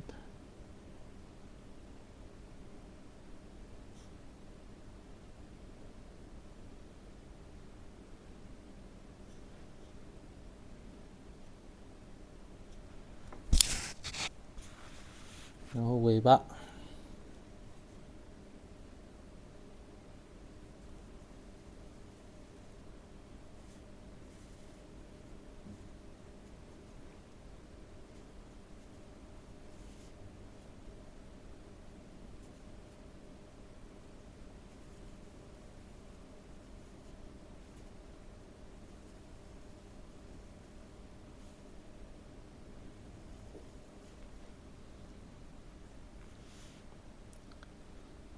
哎，那么这块感觉好多了啊，背部啊，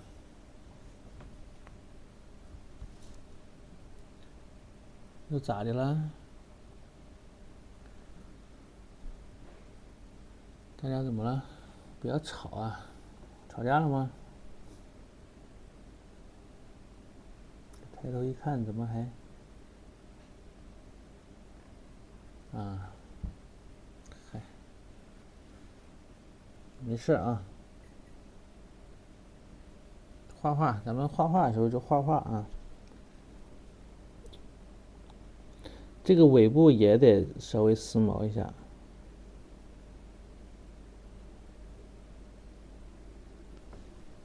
这搞得我的以后都不敢随便说话了。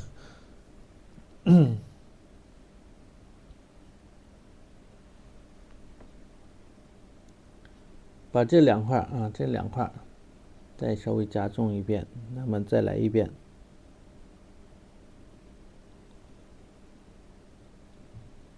这都是小事情啊，不要因为这种事情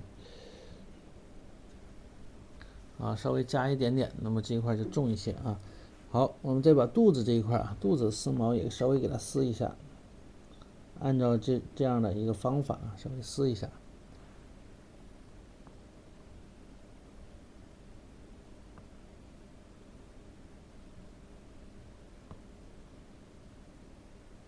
用的是卡纸，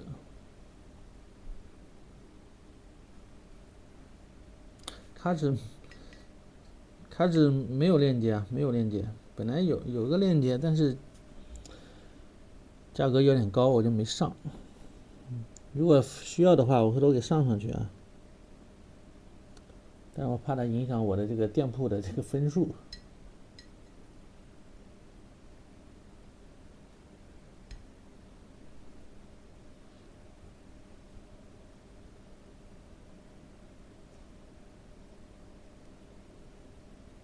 感觉这个抖音里边卖这种画画的这种材料的不是特别多呀，好多都没有。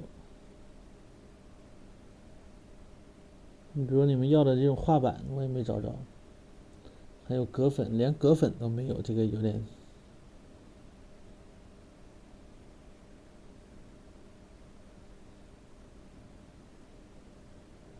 哎，有的同学之前不是买过那个玛丽的那个什么矿物颜料吗？那里面应该有葛粉吧？你们看一看那里边有没有葛粉。如果有的话，你就不用自己买葛粉做了啊。葛粉或者糊粉啊，有一个粉呢叫糊粉，都可以。如果有这两个呢，就不需要自己再买葛粉再做。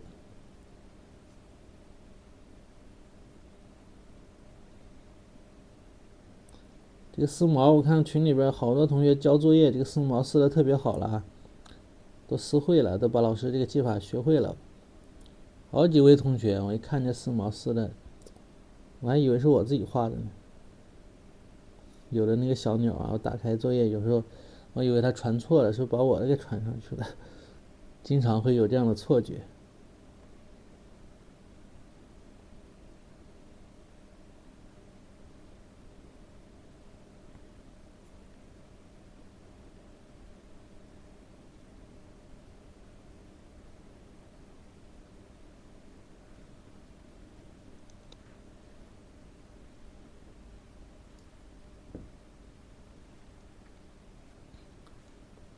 好，用颜色照染一下，我们照一照颜色啊，把尾巴画一下，这个尾巴还没画。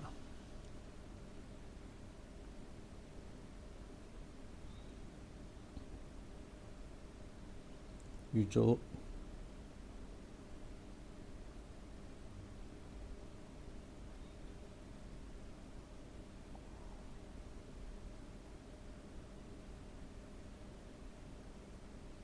稍微倾斜一点啊，有的同学画的特别平啊，这个撕的不要撕的那么平啊，它其实就是羽毛的这种分叉啊、分裂。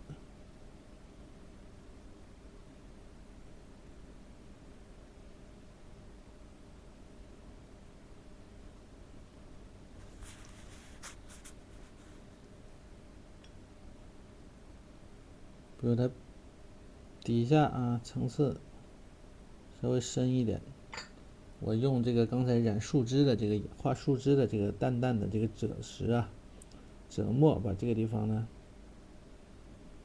照一下，羽片中间照一下，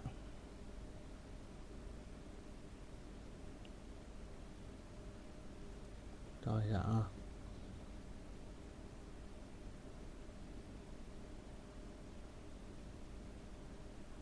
对吧？里边再照一下，然后把这个小鸟啊，小鸟也是用这个红色啊，稍微把腹部啊撕一下毛。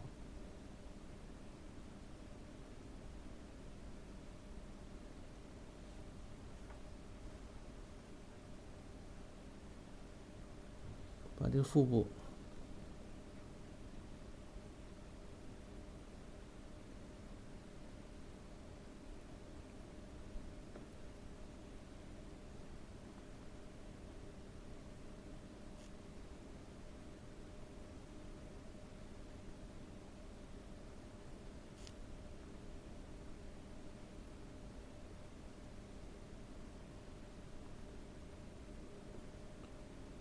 颜色有点重了啊，稍微颜色稍微浅一点。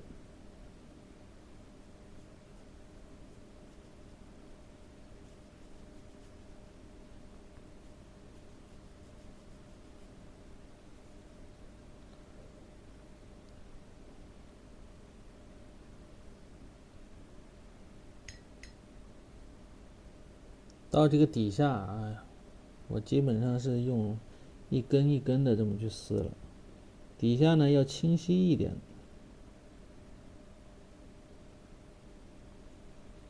哎，像这样啊，松一点啊，疏松一点，不要太密集，底下要虚，对吧？既要清楚，但是呢，整体上它是和上面比颜色要浅，要虚，所以是这样的一个状态。那么上面呢，有些地方，比如肚子、腹部的地方啊，再加密一点，采用这种单钩丝毛的方法，加密、加重。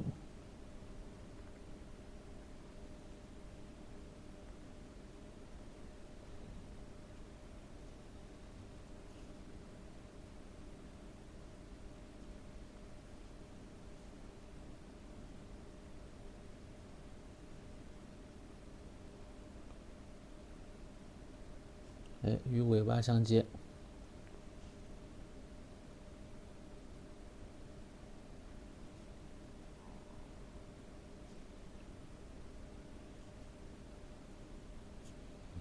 好，整体就是这样啊。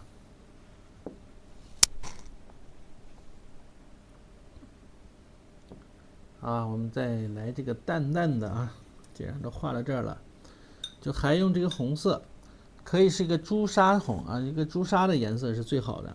没有朱砂颜色，你用这个红，这个叫什么红？这个就叫上朱，应该就是一个朱砂色啊，就这个。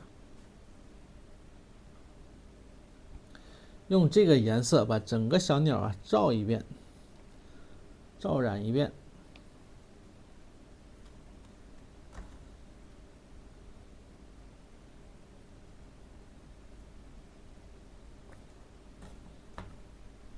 你看，就是这个颜色啊，这个颜色，给它照一遍啊。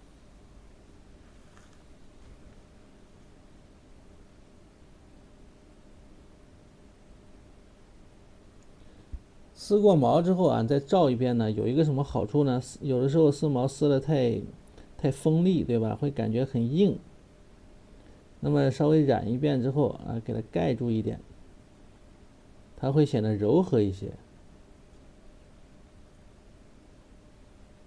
特别到边缘的地方啊，你染的话，你就把毛笔压扁啊，像皮笔撕毛似的啊，这样来染，它会浅一些啊。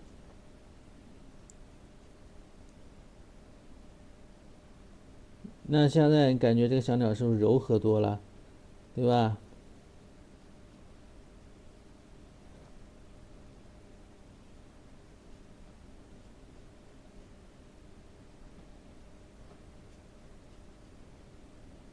同样边缘的地方啊，一定是要采用这种类似于皮笔撕毛的这种方法。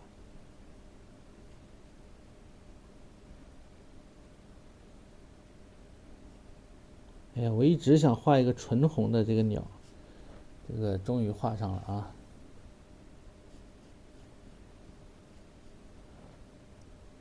好，边缘的地方啊，毛笔压扁，皮笔撕毛带过来。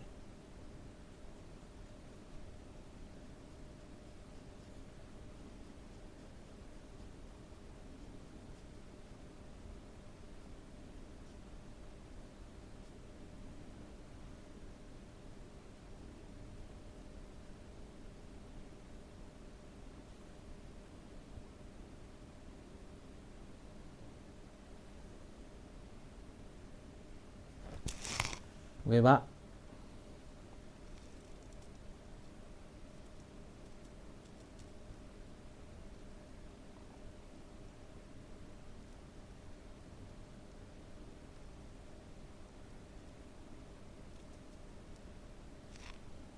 哎呦，漂不漂亮？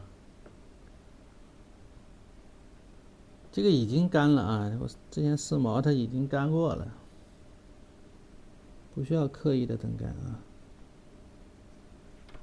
漂亮吧？那么染过和没染过，是不是有明显的区别？这个它的这个光泽感会更强一些啊，那么这个呢，它就显得有一些干燥，对不对啊？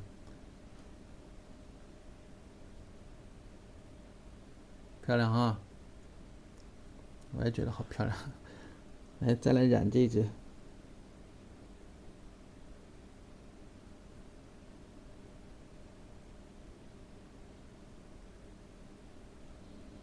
头部的地方啊，如果你想让它自然一点，你可以拿个清水笔，你不要染太满啊，不要染到那个边缘去了，边缘流出来。清水笔轻轻的过渡一下，干一点的清水笔啊，不要太湿，湿的话就会倒灌。好，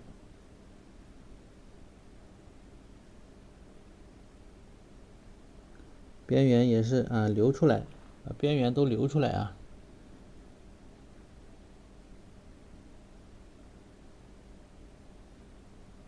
来，小嘴儿给它，小嘴儿也染上了啊。小嘴你，小嘴别染，小嘴染上不好看，有点泡沫了，一染。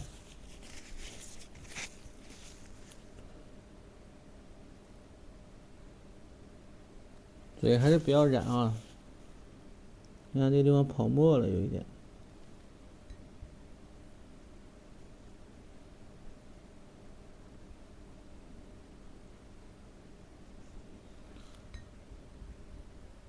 好，把毛笔呀刮干一点啊，压扁，刮干一点。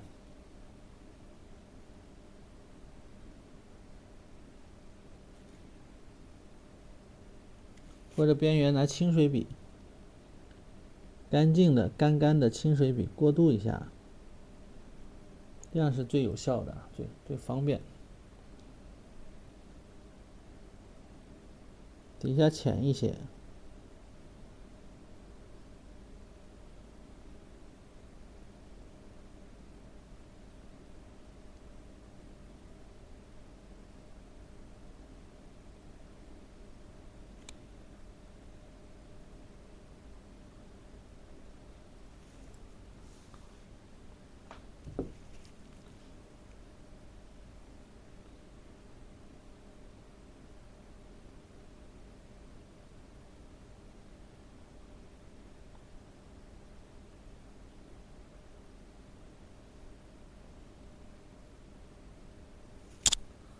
尾巴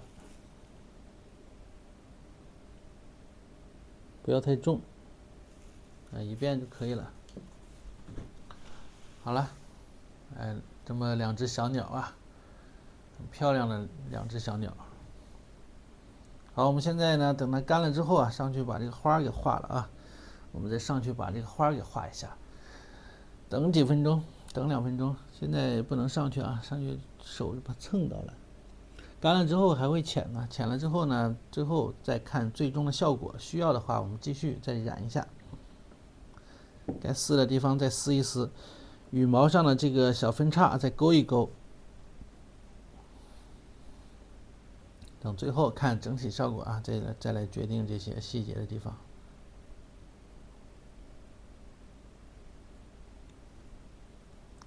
喝口小水。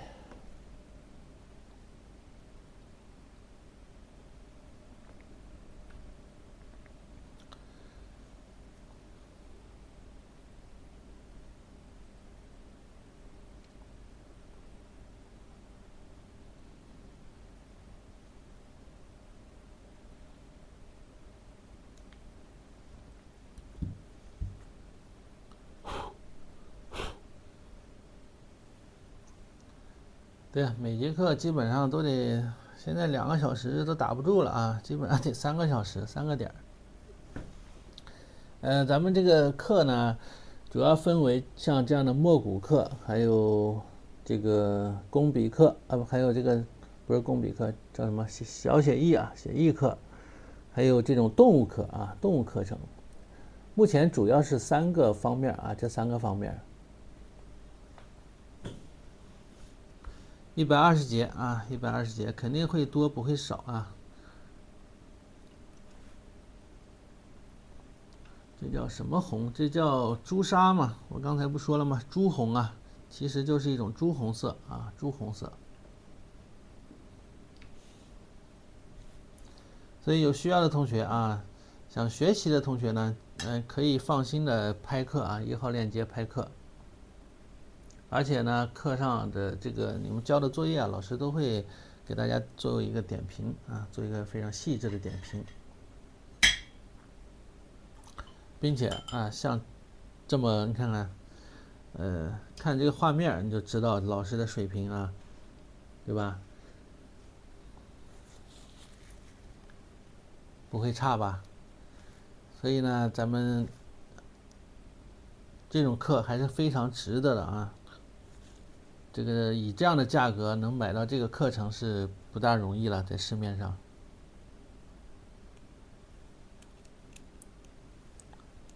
是不是？我们再把上方的这组这个花还没干啊，干一干吧，再等等吧。不干，没干不敢动手啊。小葛粉还没有泡开啊，我的小葛粉，已经软了，已经软了，很软了，一会儿就能用了啊。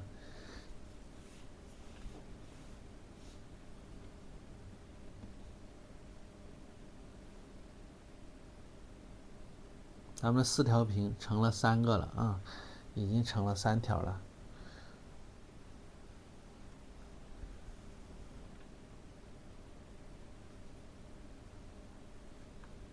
可以涨价呀。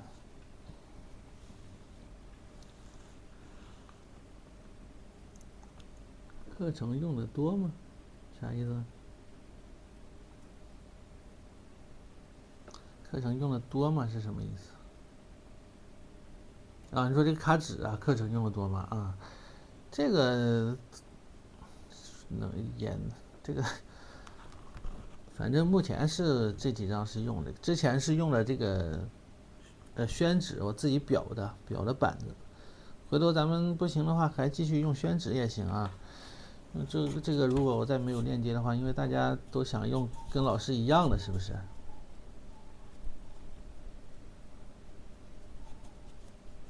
吹风机不知道收哪去了，没看见，删一删吧。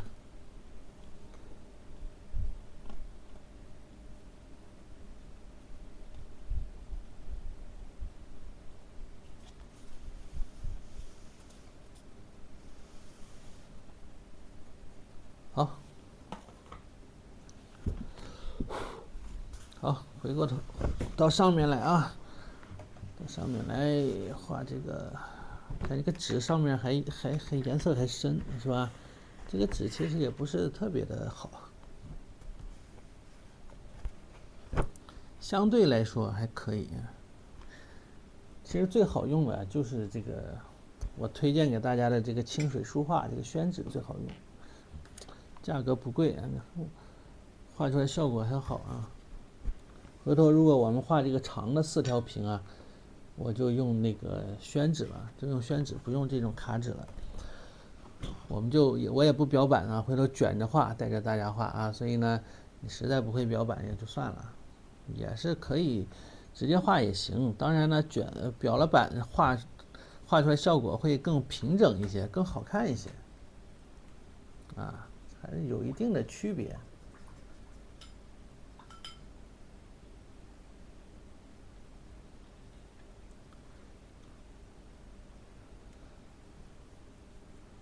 珍珠层粉是啥呀？我不知道啊。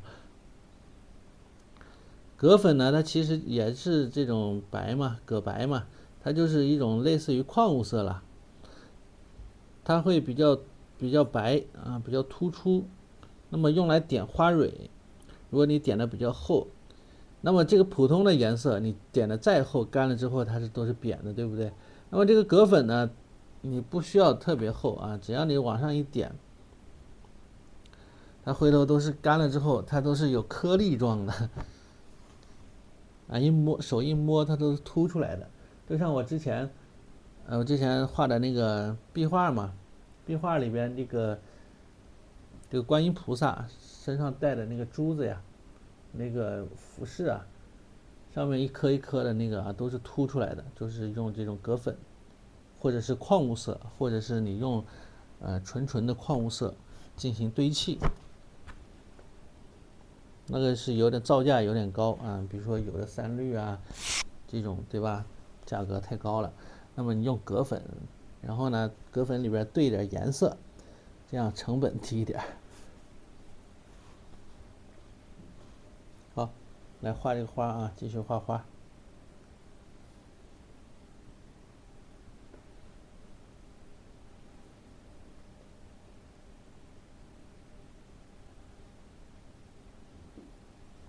什么粉？葛粉，一个虫字旁，一个合作的合。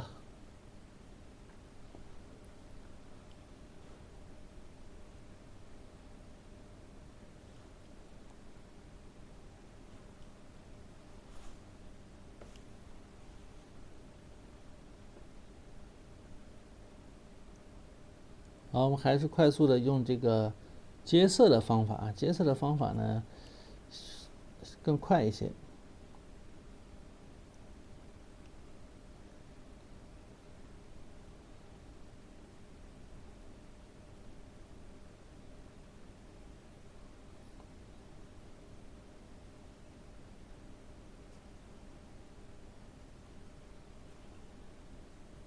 糊粉可以，糊粉也可以，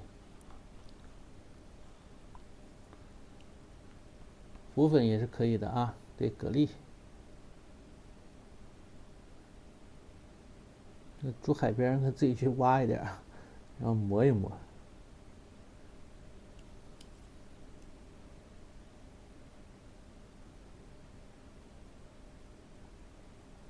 哎呦，说到这个，想起那会儿啊，带学生去写生，在大连，在旅顺，去那个叫什么地方啊？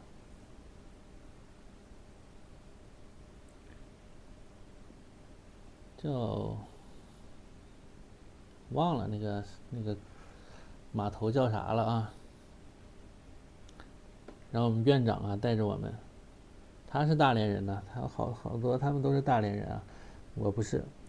然后带我去海边啊，有一天风大，然后还是个阴天，狂风啊，不是老虎潭啊，在旅顺呢。然后在海边，完了这个海带呀都让浪啊给打上来了，还有一些什么蟹呀、虾呀、蟹呀，还有这个牡蛎，还有我们那个院长啊，捡起来打破了就往嘴里吃啊，特别吓人的。对对对，老虎尾好像就叫老虎尾，对对对。然后逼着我也吃，我吃完我差点吐了，特别咸，特别腥，就那个生的，你知道吧？然后我们在场的每个人都吃了啊，都逼着不吃，都硬拖着，几个人给我往嘴里倒。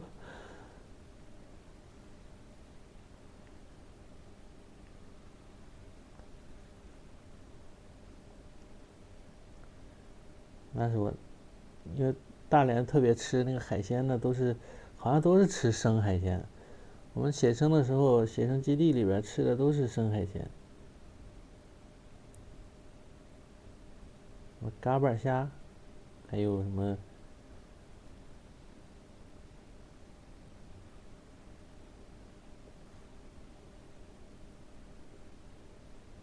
是的，是的，特别腥，我是受不了啊。他们吃的什么海螺啊都是生，海螺好像是煮熟的吧？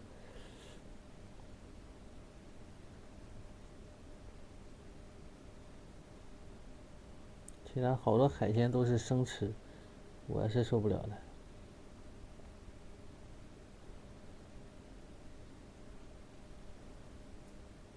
还有那个虾都是在冰箱里边冻的，冻的跟那个冰棍似的，拿出来吃，生吃。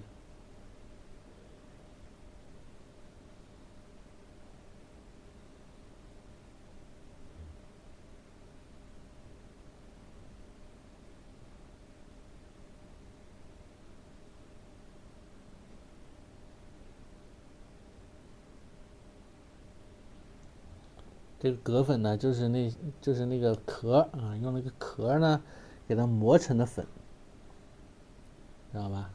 醉虾好吃，对。怎么又谈到吃的了呀？所以你要有空啊，住海边啊，有空啊，去抓一点呢，然后磨一磨，磨成粉。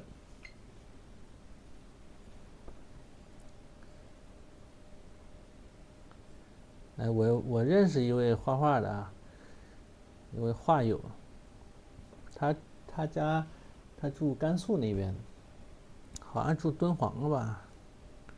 他就做各种的这种矿物色啊，因为敦煌的那种土，还有那边的这种石头啊，他就做这种矿物色，他自己也画画，完了做一些这种矿物色啊，卖给一些学友啊，一些画友，弄得还不错，还挺有名，在我们这个圈里边做颜色做的还挺好。有好多呢，就自己喜欢动手做一些这种颜色。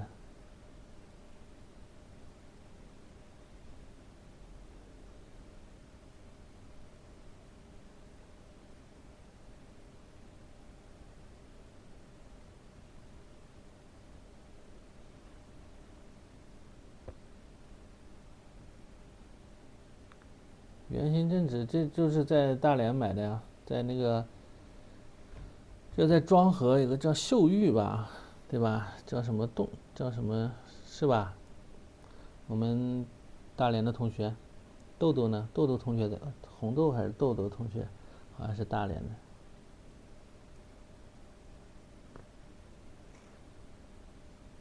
对对对对对对，秀妍玉，对对对，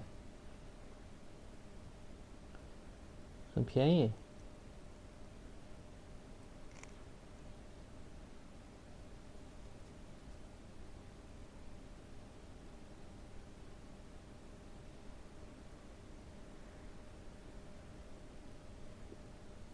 都不贵，特别便宜。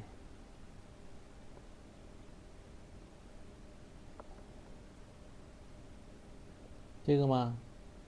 这个直径没有多少吧？这个能有多少啊？没量过，你看还就这么点儿，没多大，5厘米、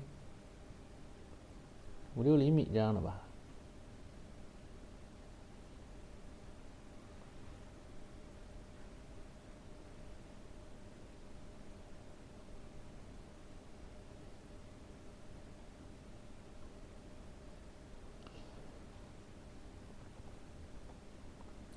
那会儿我那会儿住也是住在海边，我住在大连的那个开发区那片，对着海滩，真是面对大海，春暖花开呀。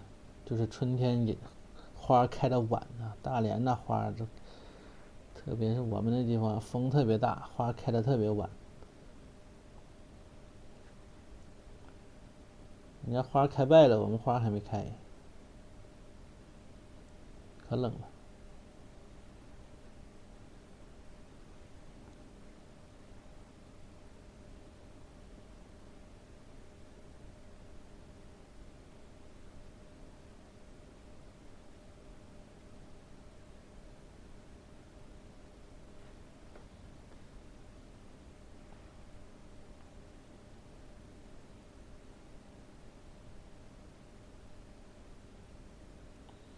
了这一篇啊，这一块的这个，它有的是小叶啊，有的呢还有点小花骨朵啊，它的是花啊与叶啊这个掺杂在一块啊，互相衬托，互相突出。你比如说这一块，突然多了一个小花骨朵。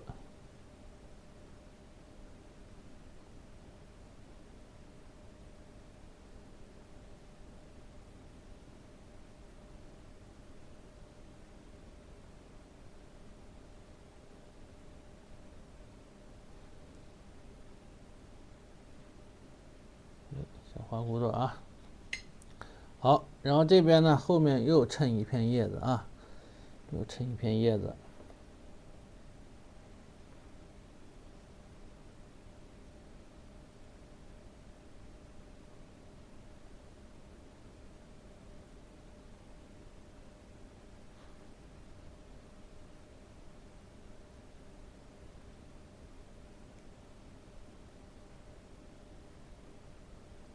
那么这个叶子呢，它基本上把这个花的一个花骨朵的轮廓呀，基本上都衬满了，留出了一点点。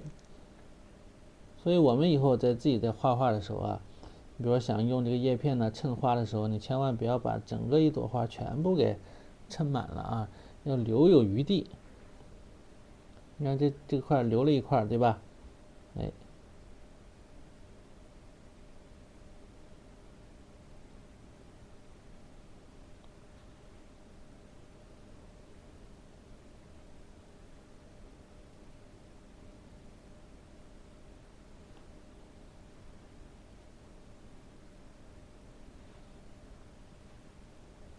好，那么这一块也有花，有花有叶。我的纸是就大家都知道的某宝啊。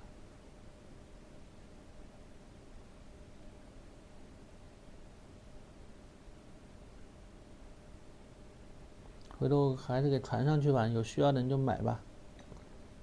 稍微会比那个贵一些啊，但是呢，大家老问啊，我还是给传上去吧。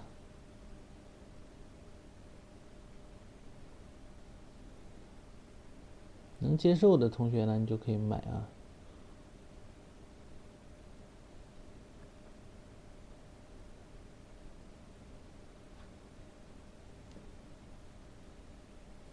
好，我们再来画这朵花啊，这最后一朵花了，好像就没了。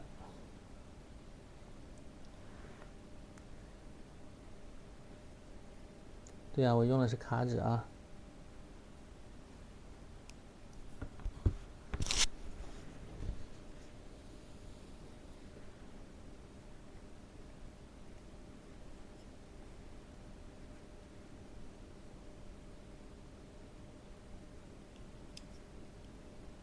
用接色的方式，先呢用这个淡淡的绿色啊，画出这个花瓣的里边花心的部分，然后白色往上这么接，同时注意白色啊花瓣啊尖的地方呢浓一点，里边呢浅一点。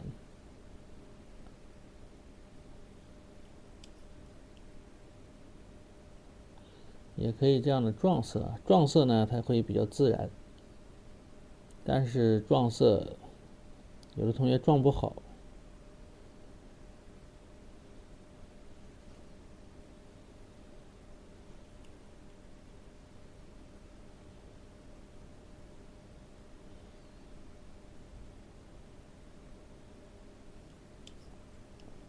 我们之前学的那个居廉、居巢他们的这个作品啊，都是撞色啊。这个岭南的画派的这个都喜欢用撞色啊，撞色法。接色法就是运寿屏这一路用的比较多，或者是说经常说什么一笔双色啊，粉纸带染。那么运寿屏它其实花墨骨好多呢，它是深的地方，它是采用了这种工笔结合的方式啊，干了之后呢再染，不是说一遍就能画成。你看他画的好多画，其实都是干了之后染了一下。好，那么这个目前呢都完事了啊，都完事了。这个地方呢，这个枝子呢稍微点一点绿色进去啊，然后底下有一片叶子。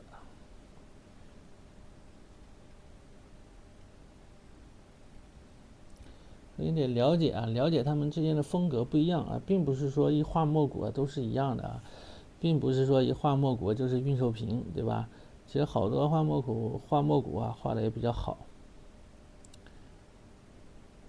运寿瓶的那种方式啊，你真画起来更累啊，比这个还累，更复杂，因为它是一种类似于接近于工笔的这种啊细腻程度了。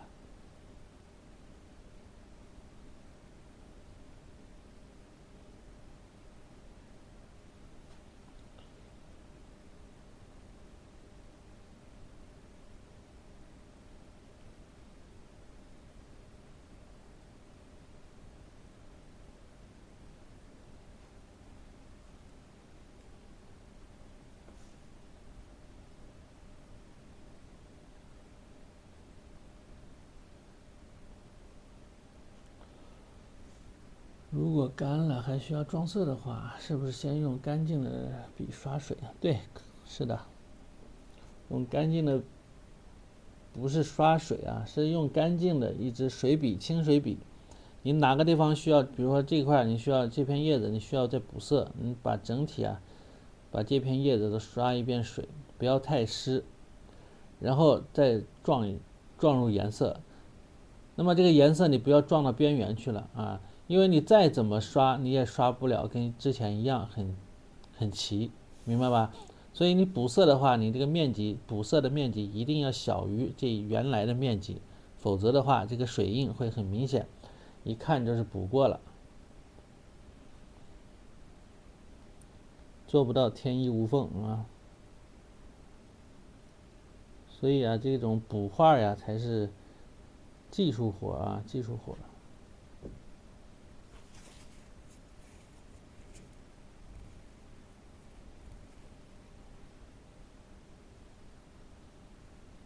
你看这个叶片呢，补一点白。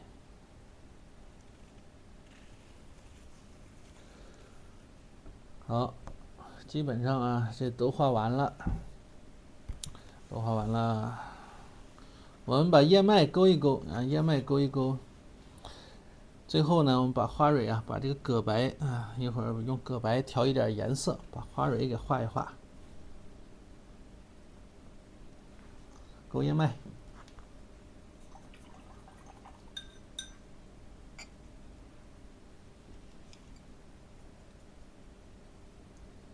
叶脉你可以用墨色调一点刚才的这个叶片的颜色啊。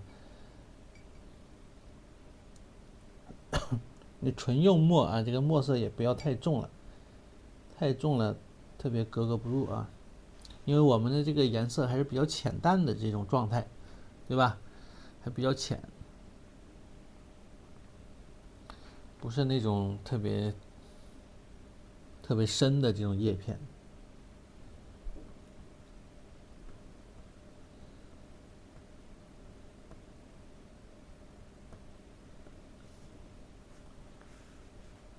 放大一点。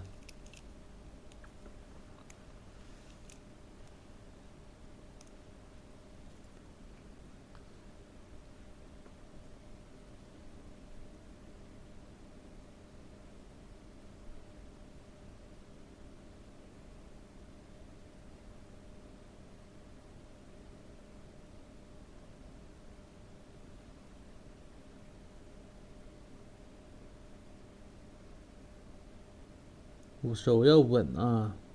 那么叶片呢，它叶脉呀，它是一圈包着一圈，看到没有？是一圈包一圈的这种感觉啊。下面还有一枝花，哪还有一枝花呀？有没画到的地方吗？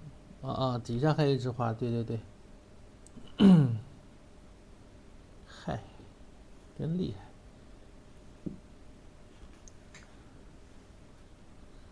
我们的同学这个观察比我仔细哈。好，把那枝花给画了啊，画完一起勾。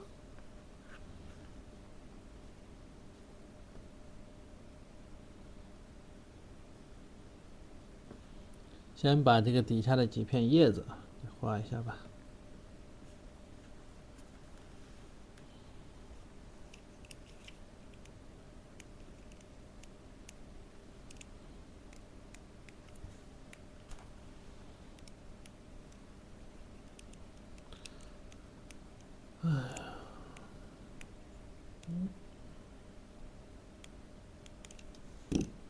手动。小兽鸟尾部还有几片叶子，哪里啊？还真是，我的天，还有吗？我看还有漏的吗？你们这个看的也太仔细了啊！再帮我找找，还哪有没画完的？这里有一片，然后这儿还有2片。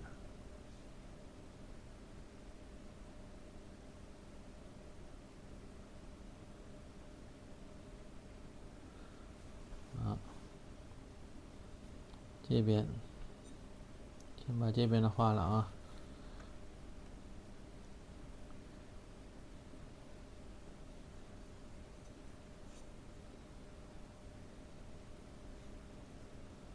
有人说今天这个都马上快画完了，还想着又得到10点啊。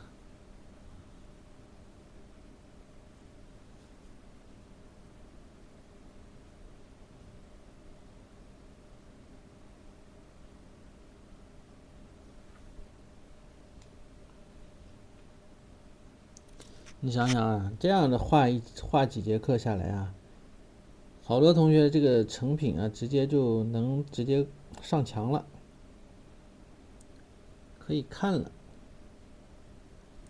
这比你花大几百上千去买几张这种商品画啊，有的从，对吧？装饰画不来的更有意义吗？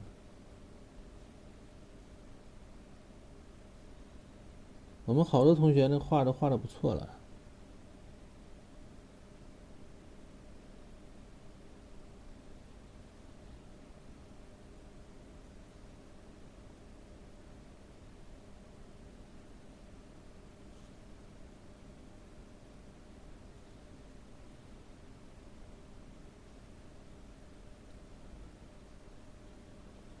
对啊，瞄丸子同学可以上墙了，绝对可以上墙了。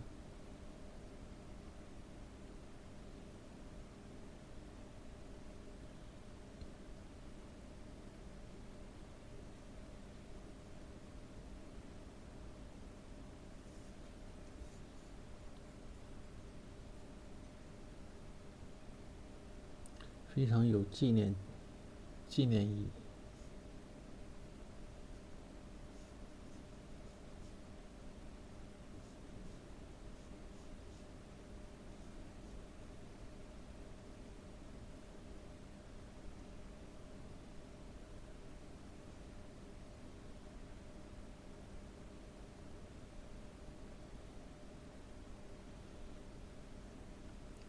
他这个地方画了一朵这个败掉的花，花瓣呢全没有了，就剩了一个杆儿，还有一些花蕊。他这个地方，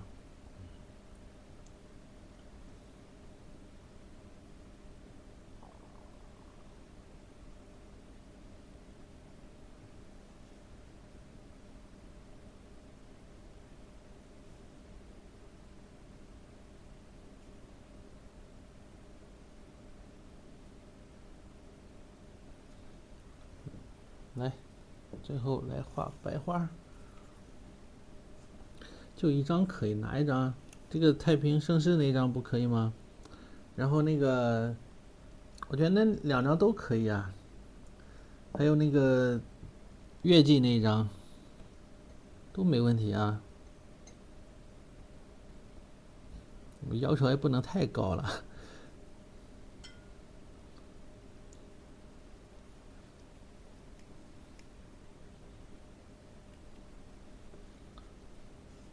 头像比老师画的还好，是不是？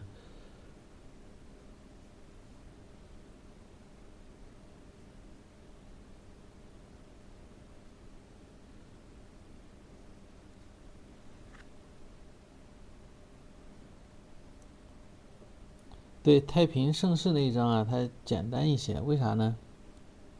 就是因为那个柿子比较完，它这个外形什么各方面啊都比较整，比较完整，它就会显得简单一些。像这样的比较琐碎的东西呢，它就会画起来会比较难一些。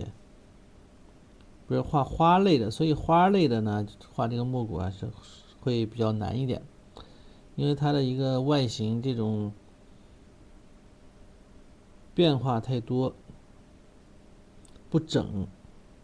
那柿子一画一片，对吧？那一个那么大，你像画这种小花，它就比较费劲了。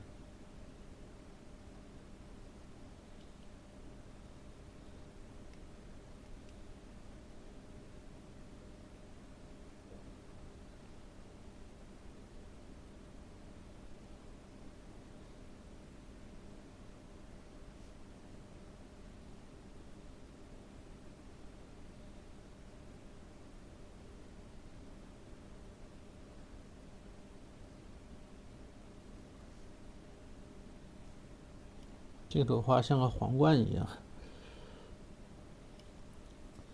是不是像个皇冠一样的感觉？把这个绿色啊装一点进去。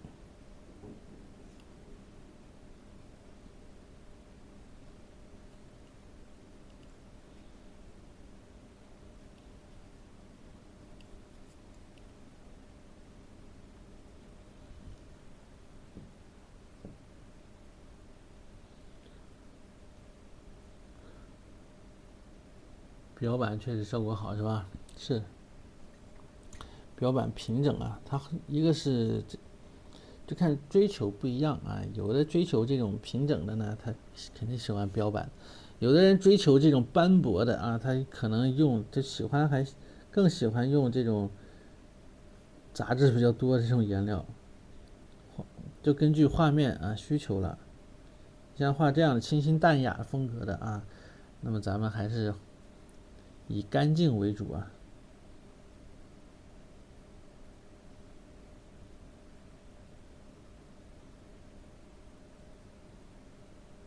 所以对颜色、对颜料的这个要求会高一些。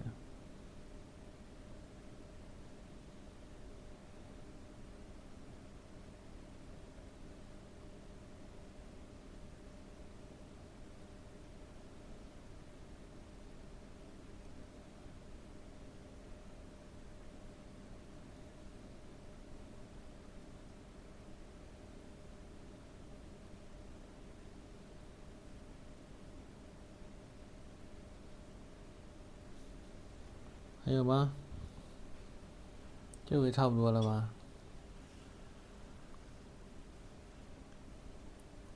还有辣的吗？没有了吧？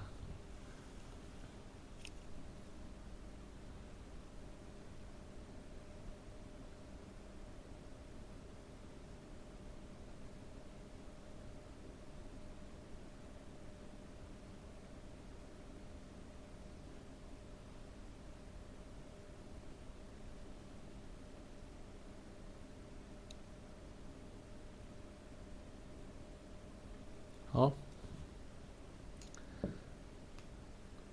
勾叶脉，继续啊，继续把叶脉勾一勾。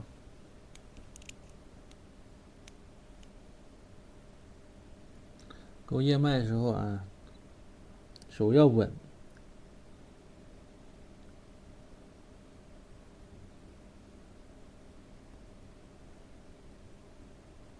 不要涂快，越慢越稳。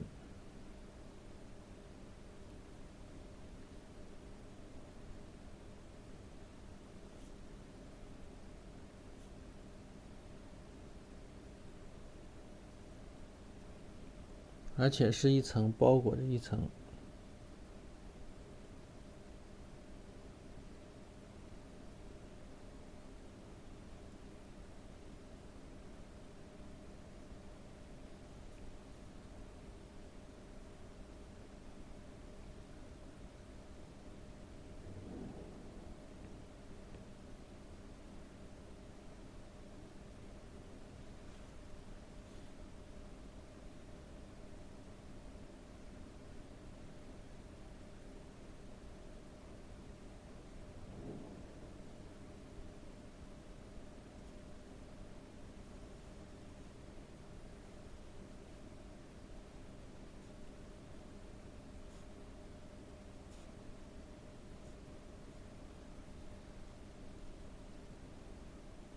看这个叶脉呢，它其实是这个叶脉的方向啊，决定了这个叶片的方向，看到没有？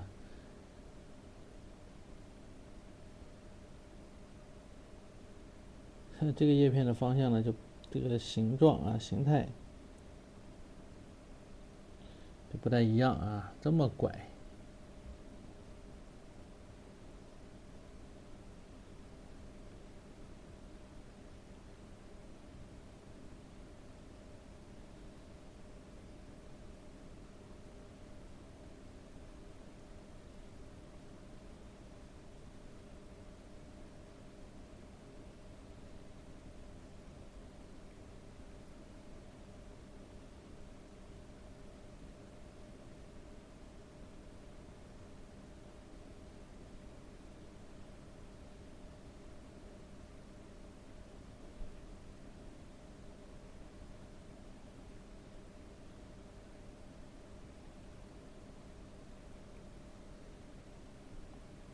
小心一点啊，细致一点，颜色不要太重。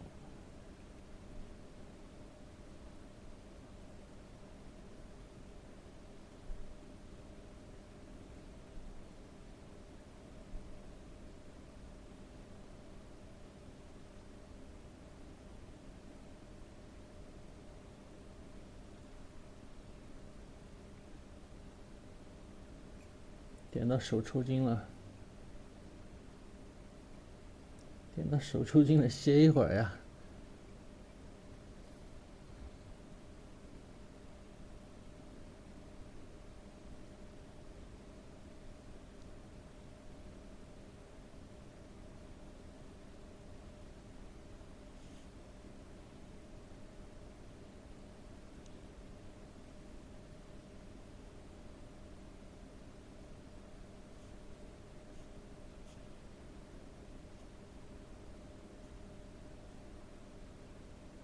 里边这个叶片呢，其实还是比较那个什么啊，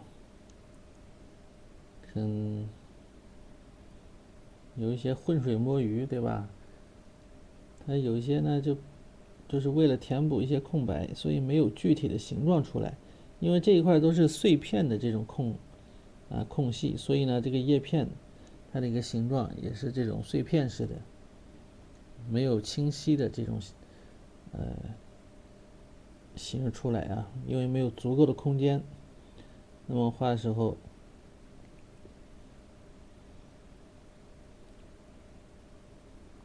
可以随意一些，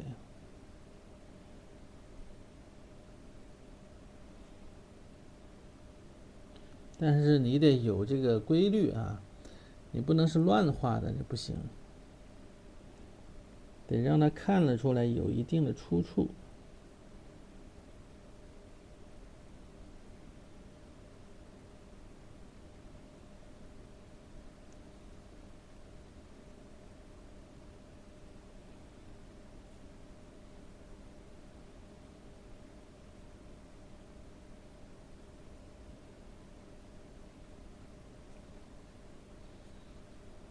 它有些小叶子类似于桃叶的这种感觉，比较长，比较细。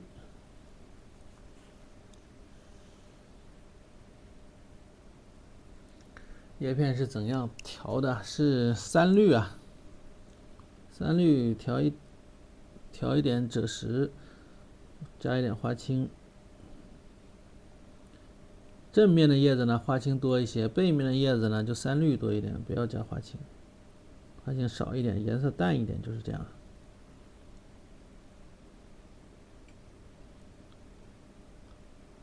好啊，那么下面这一片啊，基本上没有了，勾完了。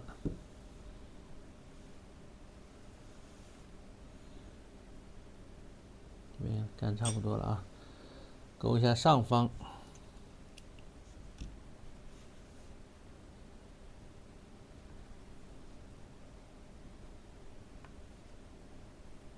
呀，这花没干呢。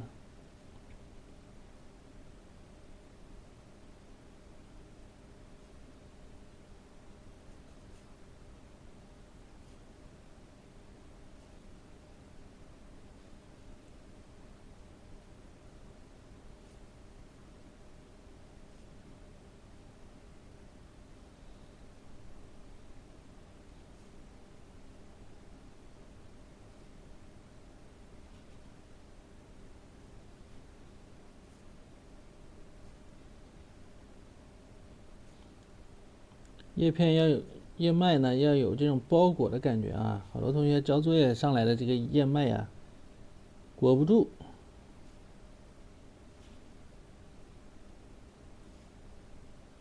它其实就像这个叶子的骨骼一样啊，对吧？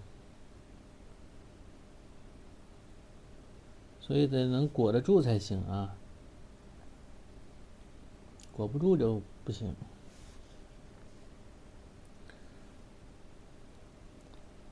画这个画就得干净啊，就得干净。老师说，哎，他有一我们那个老师啊，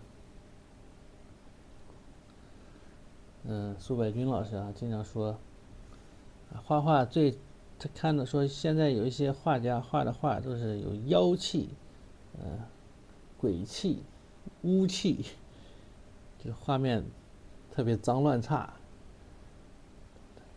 他说一个广东普通话，每次我听了都特别想笑。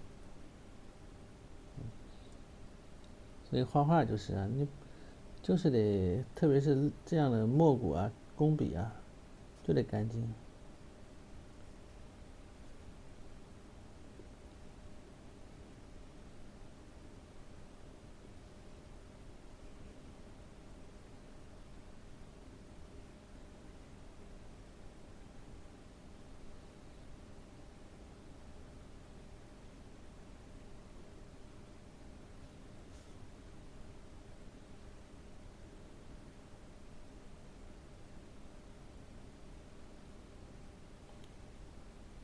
梨花，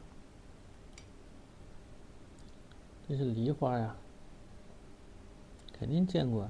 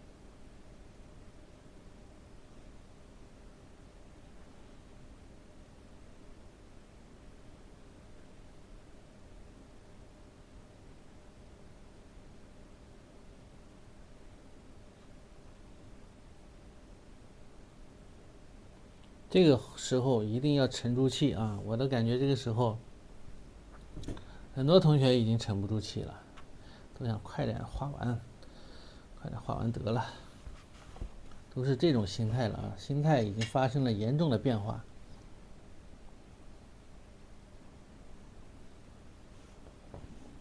一开始还就没画，刚开始画的时候，一开始的时候可能会有一些浮躁，画差不多1/3的时候进入状态了，好一些了。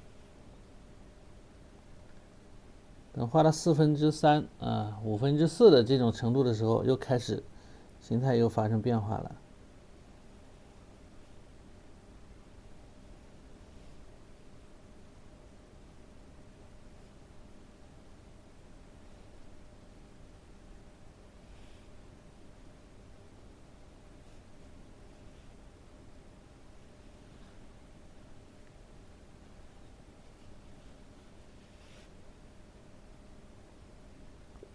千万不能着急啊！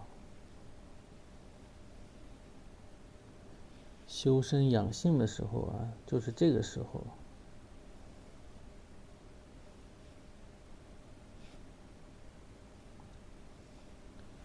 想不想长命百岁啊？这得慢慢的啊，慢慢的画。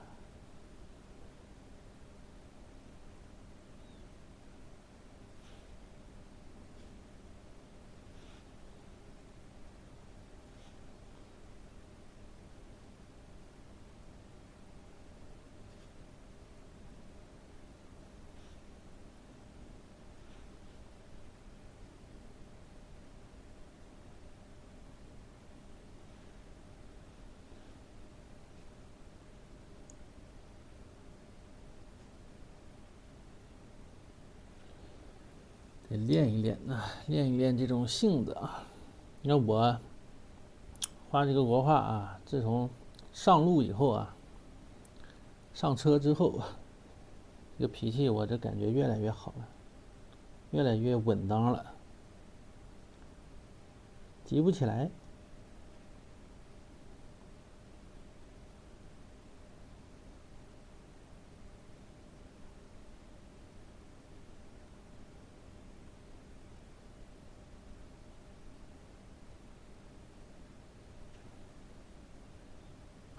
如果你家里边有个熊孩子，在家啊，你更得练一练这个画，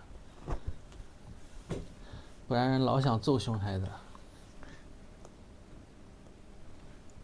告诉自己要沉住气，不能揍。哎，这边还有啊。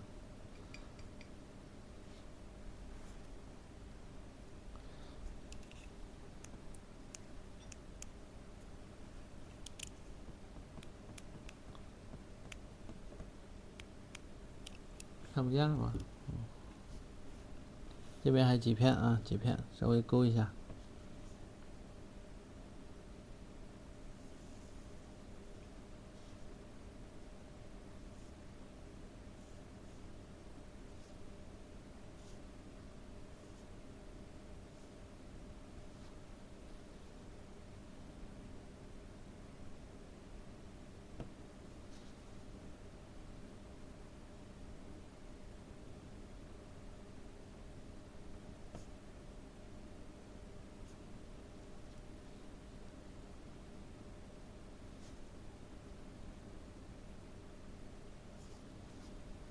好，完成了。完成了。我们把这个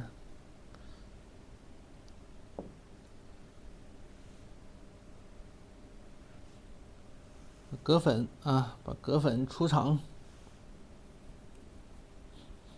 葛粉出场吧。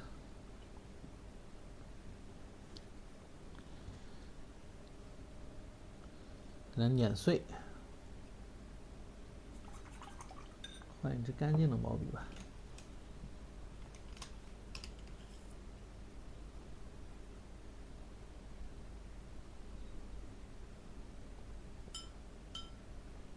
鸟爪等一会儿啊，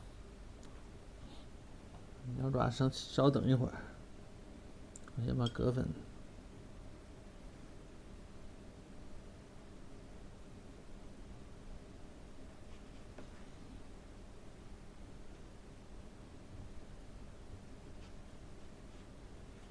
有，你看这个葛粉呢，它其实水不要太多，看着不白，明白吧？它看着没有那个太白，感觉会脏脏的啊，黄黄的，画上去之后特别白，给它碾碎一点。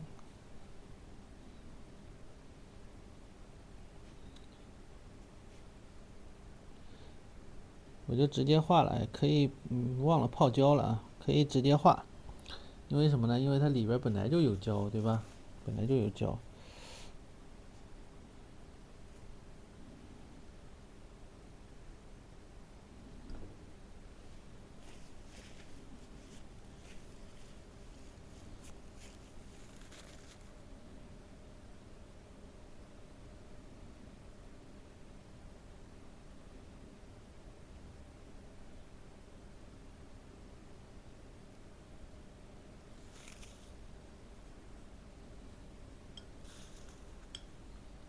我这个是不是放的时间有点长了呀？大家如果新做出来的葛粉呢是软的，对不对啊？是像面团一样特别软，你用那样的啊，那样的呢就可以直接用，那样就比我这个好使一些啊。我这个放了得多长时间？得快大半个月了吧？得时间有点久了，不知道能使能不能使。我先勾几个这个花看一看，干了之后看看白不白啊，我们就知道它能不能用啊。干了之后我们看看白不白，就这个花蕊啊，花蕊。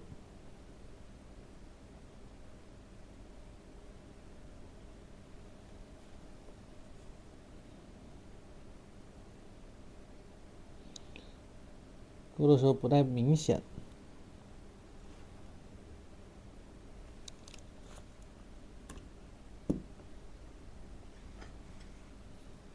因为在白底上啊，白底上得干了之后才能看出来。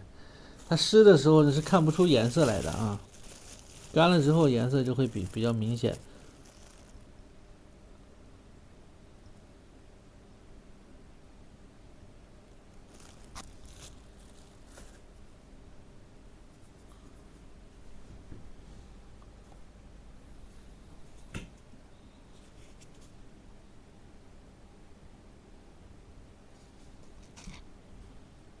你看干了之后能出来了啊，能出来一点了，看到没有？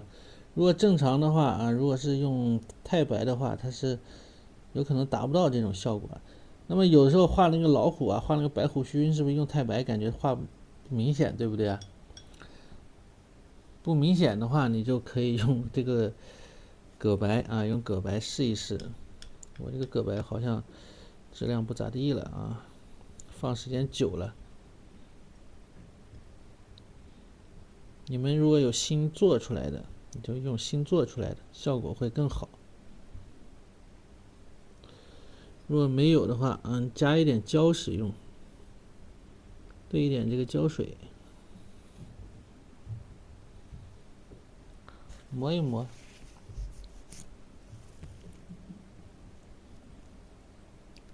好，我一口气把这个都勾了啊，先勾出来再说。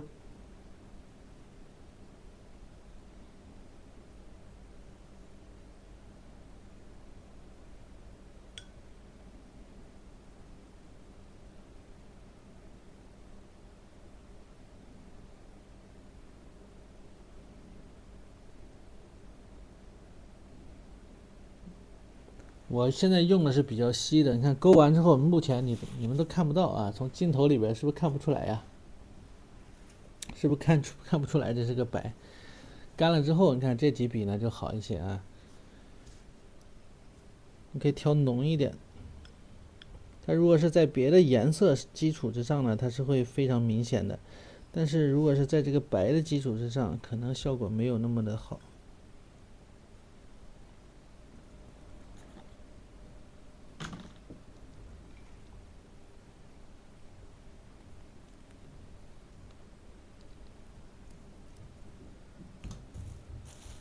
我再加一点革白啊，再加一点革白，泡不开了，不是特别软了。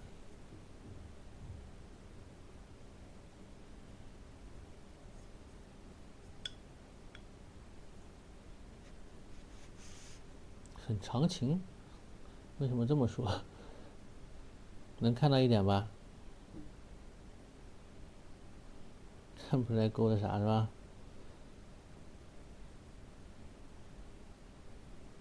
等等啊，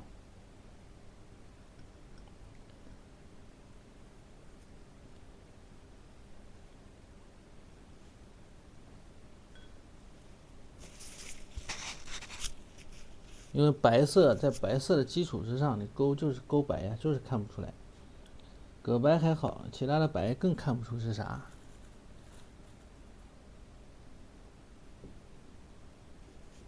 再磨一磨，你可以把这个像这样啊，磨一磨在上面，给它磨细一点，碎了。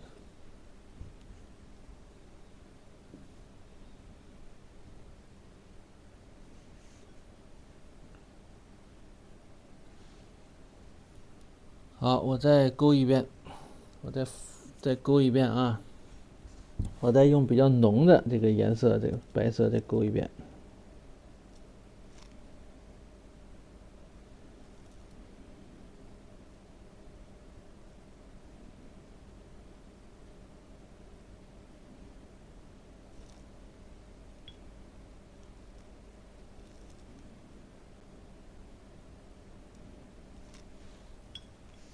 干了之后再看啊，现在看不出来算了啊，因为它浅的，它湿的时候是完全看不出颜色来的，完全看不出白色来。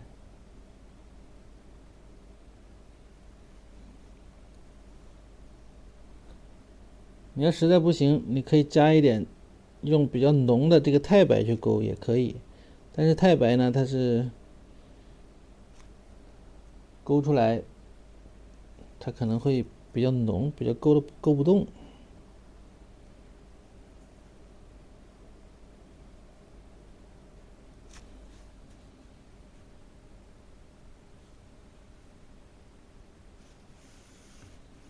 你看底下的啊，还是能看出来的。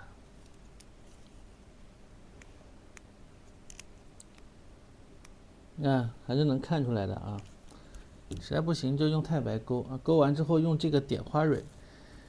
太白点花蕊它是形成不了颗粒感，用这个点花蕊呢，它能形成颗粒感。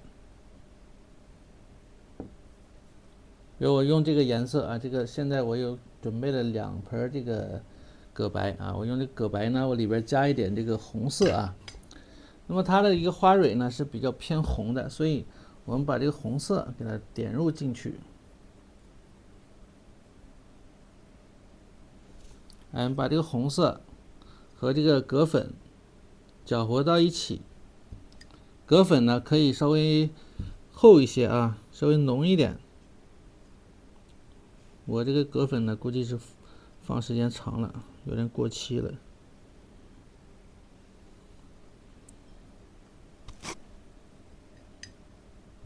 应该先做一个。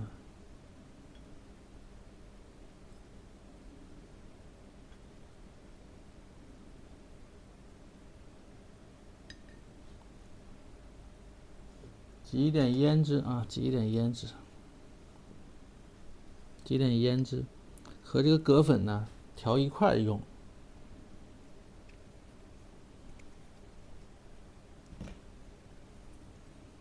挤点胭脂啊，和革粉调一起用。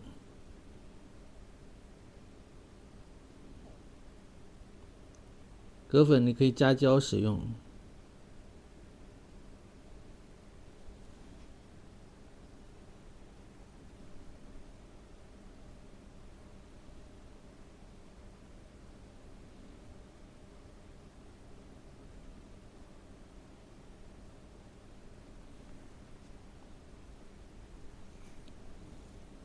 然后点入进来啊。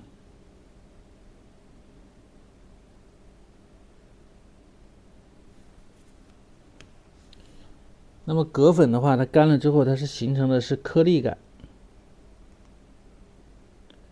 普通的这个钛白或者是颜色，它点进去，即使你点的很厚啊，它干了之后，它也不会有这个颗粒感。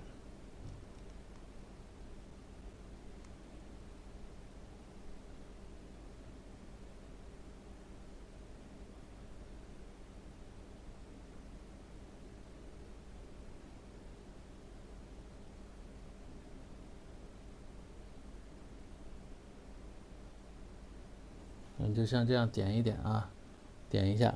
那么干了之后，这都是用手一摸啊，都是一个疙瘩一个疙瘩。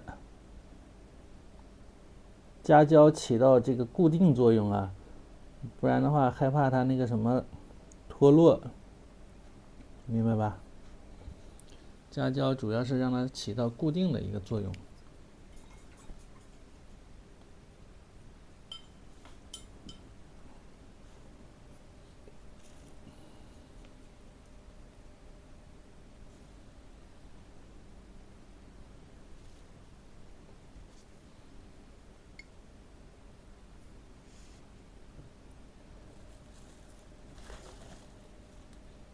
咱们有没有新做铬粉的同学？苗丸子做了吗？你那个点上去怎么样？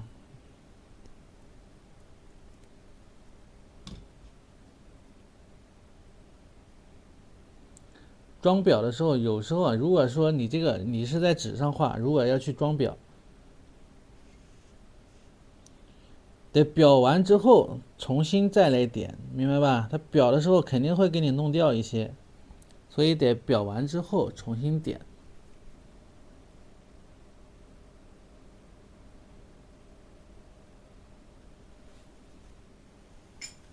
所以白色勾白花，你看这个干了之后，是吧？刚才画的时候一点都看不见，干了之后能看到白色吧？对不对？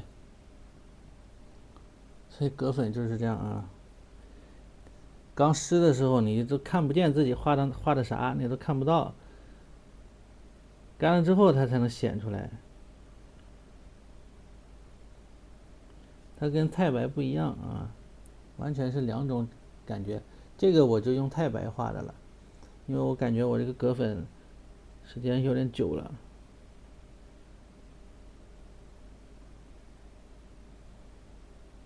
有点过期了，它的胶啊失去作用了，所以这个东西就靠胶，明白吧？铬粉要加胶，做的时候我就加胶了。我教大家做的时候，不是里边兑的胶吗？不是兑水啊。你做面呢，和面啥的是兑水啊，这个就是兑胶，里边加的是胶啊，要记住。好，把这些我全勾好啊，先勾好。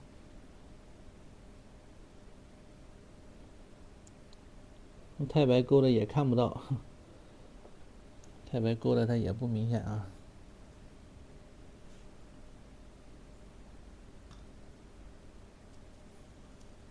特别尴尬。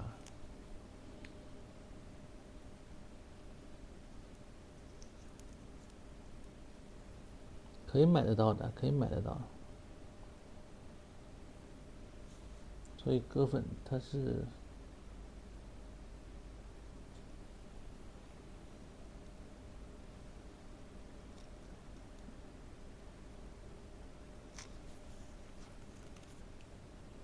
感觉还是铬粉来啊，铬粉呢还是要颜色画出来，最后效果还是要好一些。刚才用这个太白画的，仍然看不出来。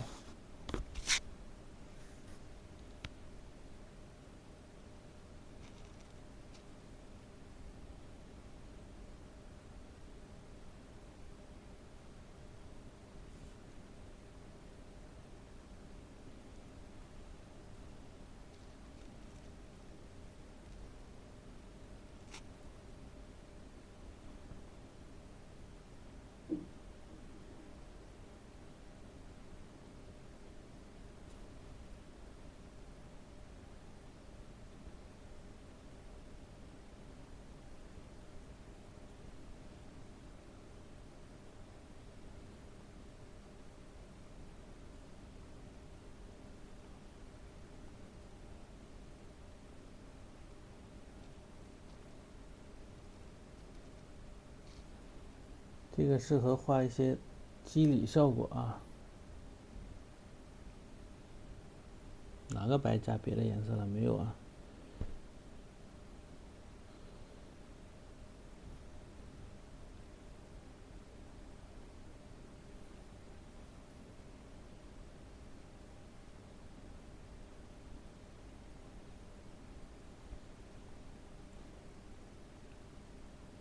等下回我重新做一个啊，到用之前了再做啊，不能放时间长了，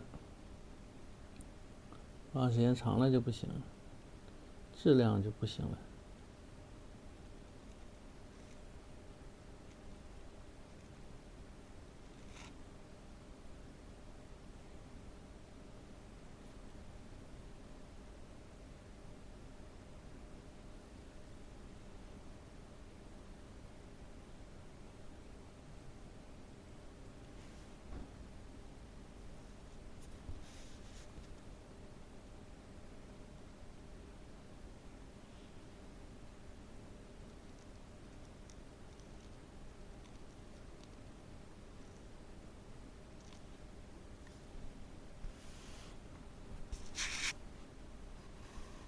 蘑菇啊，我一开始呢，我最早啊看到人家这么画的时候，我最早看到别人的画，我去看画展，那么看人家这个花蕊怎么点的立体感那么十足，一颗一颗的鼓的那么厉害啊！那会儿那会儿还不懂，上学。上本科的时候，那会儿还不太明白，不太懂。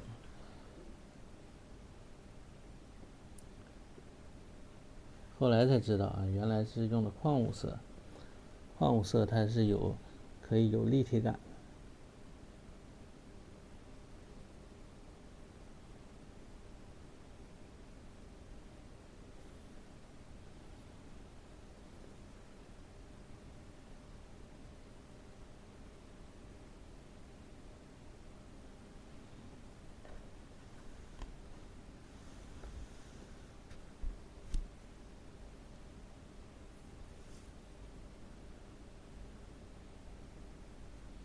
好，先勾完啊，先勾完，我们再来点这个花蕊。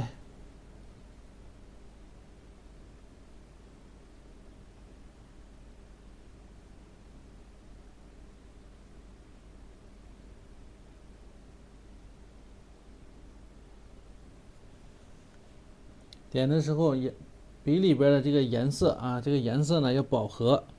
你看调出来的这个白呀与颜色搅和到一块儿，颜色深一点，一定要饱和。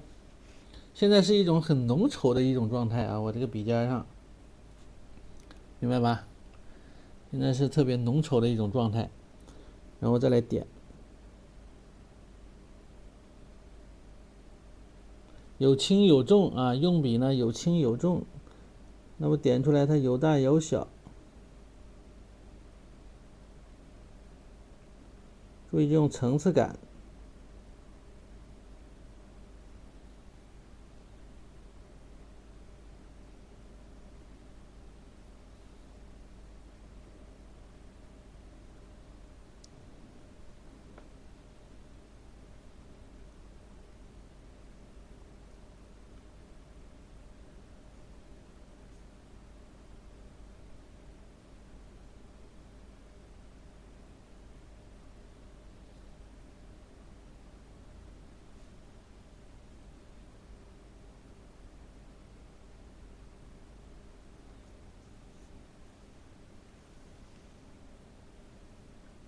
看，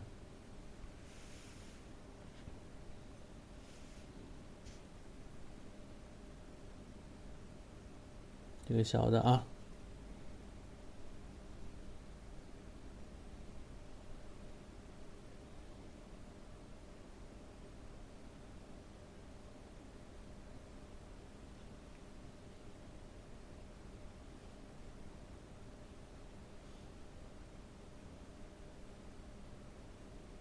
点出一圈的这种感觉，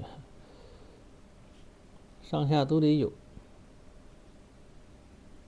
这边先没画啊，这边还没勾，先把上面的勾了，点了。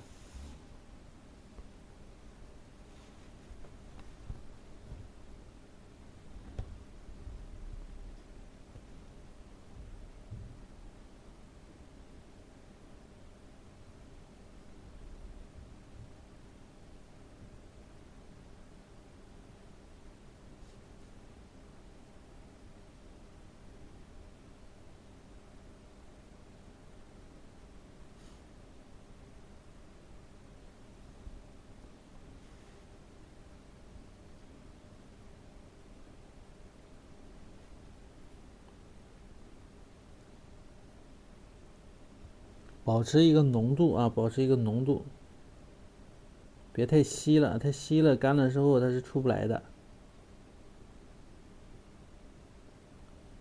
因为它干了之后它会缩水啊，这个东西啊，它会缩一定的水分，所以你如果太薄啊，用的太薄呢，干了之后啊它更扁。所以有的同学喜欢厚涂，是吧？用很厚的颜色啊，这个时候你得注意了啊，这个呢你就可以大胆的用厚色了。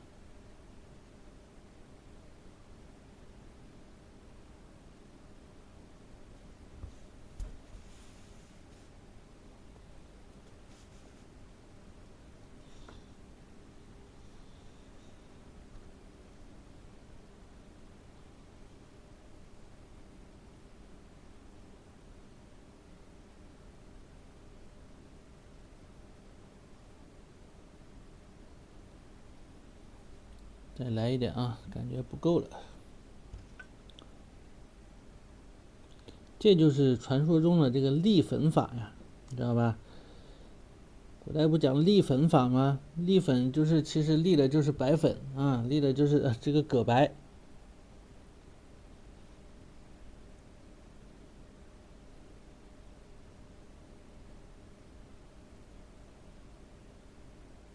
所以你看它宋画有一些这个画的什么牡丹花啊，这个芙蓉花、荷花，它的一些花蕊，有时候也会用到这个，用这个葛白啊，葛白来点。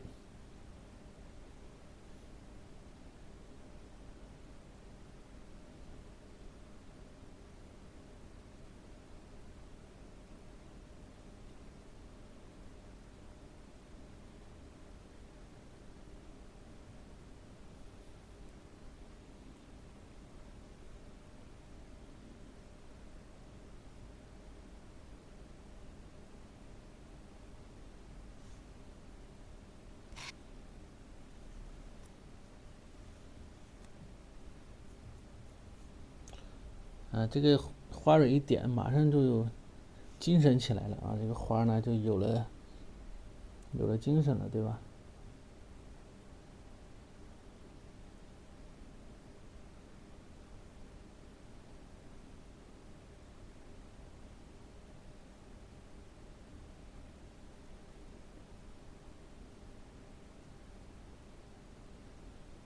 马上就漂亮了。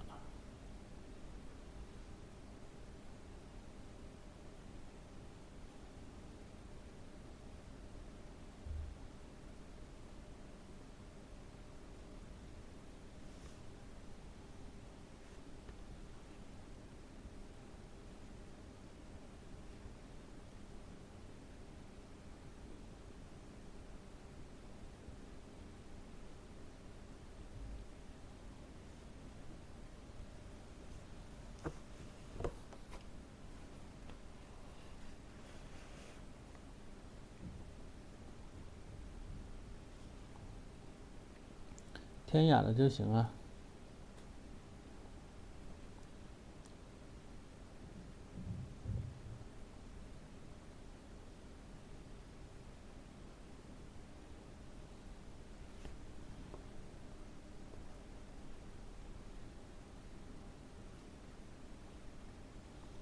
你如果下一次画一朵比较大型的这种花呀，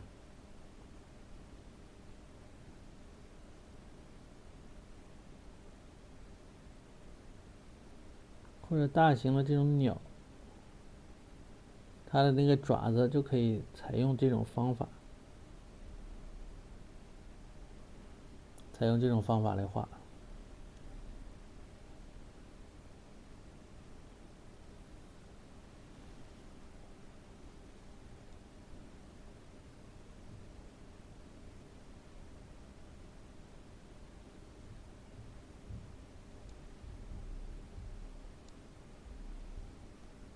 它的这个颗粒感啊，这个立体感的这个强度啊，取决于你画的时候这个颜料的厚度。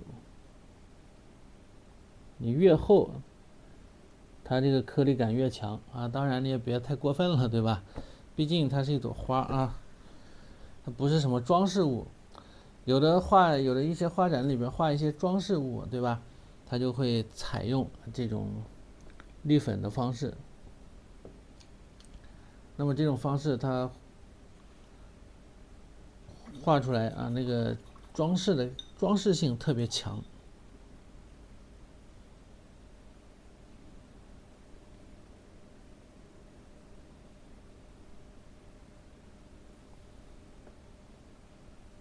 这个还有个小花蕊啊。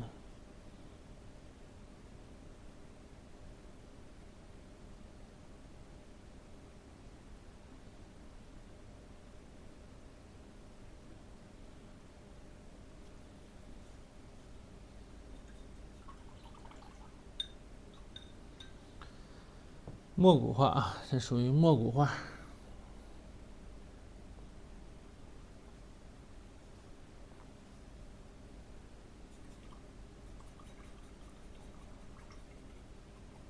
明晚不画墨骨了，明晚画写意了啊！哎，明晚没课，明天晚上没课呀。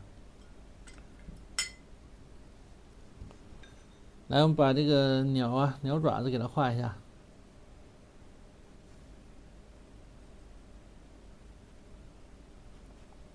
画完之后，把这只鸟再细化一下啊，再稍微细化一下。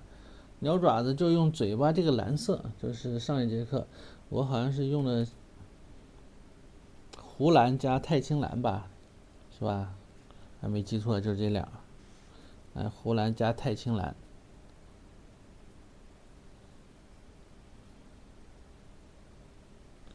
鸟爪子画一画啊。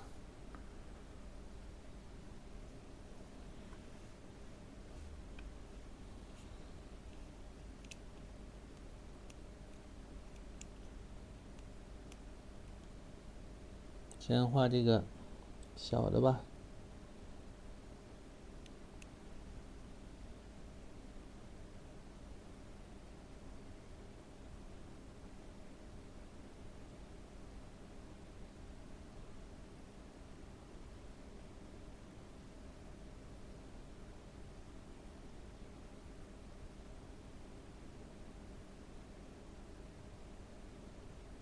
两节，再加个小指甲，里边露一点啊，露一点。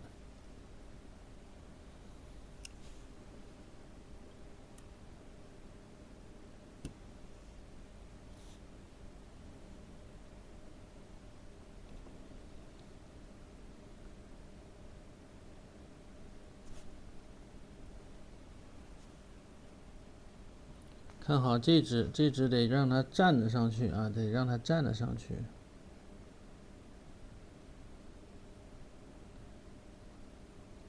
无法用笔啊，这个有书写性啊，就像写一横似的这种感觉，明白吧？然后这个地方呢，它是有一个骨骼啊，有个骨骼。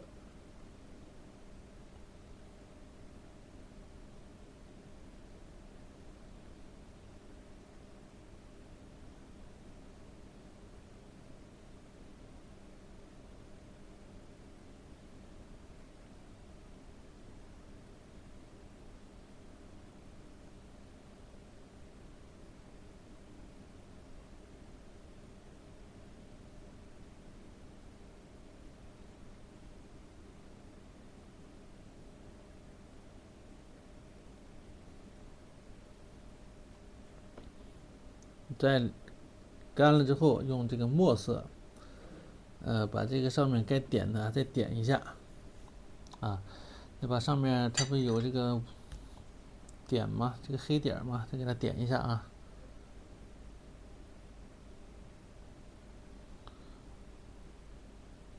然后把小鸟啊稍微给它再染一个颜色啊，该勾的再勾一下，再给它细致一点。哎，你看这个，看这一块啊，这块现在干了。大家看这块，这是刚才用葛白勾的，对吧？没勾的时候很浅，啥也看不出来。干了之后特别浓，对不对？那么这是在这个没有之前，这个为什么看不太不太明显呢？是因为在白底子上。那么这个在有颜色的其他的纸的底子上啊，它就特别清晰，非常的明显啊。所以葛白就是画的时候你根本看不见啊，根本看不见你画的痕迹。一旦干了之后，有时候就会画过，就有时候颜色太重。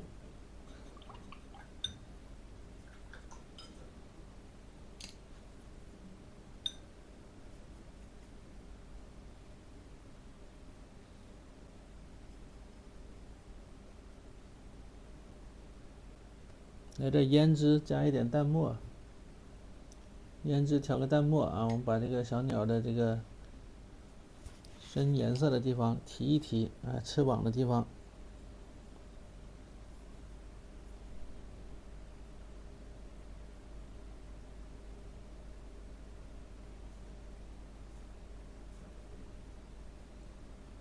因为染色的过程当中，其实对纸面呢是有一个损坏的。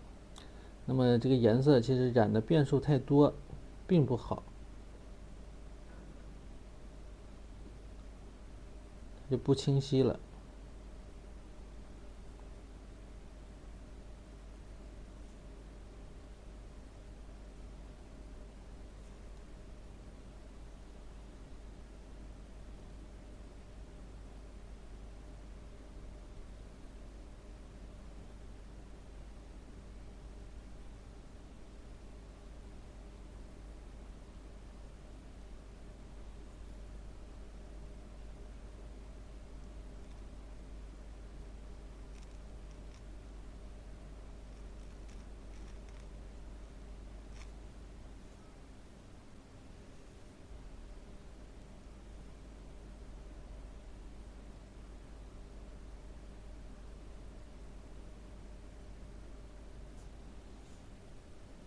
好，我们来撕一下这个毛啊。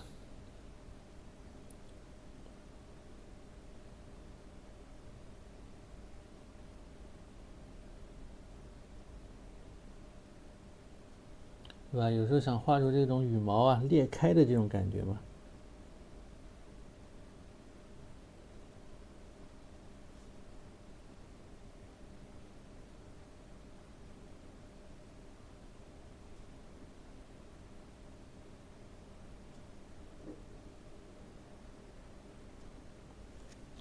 不是有了吗？对不对？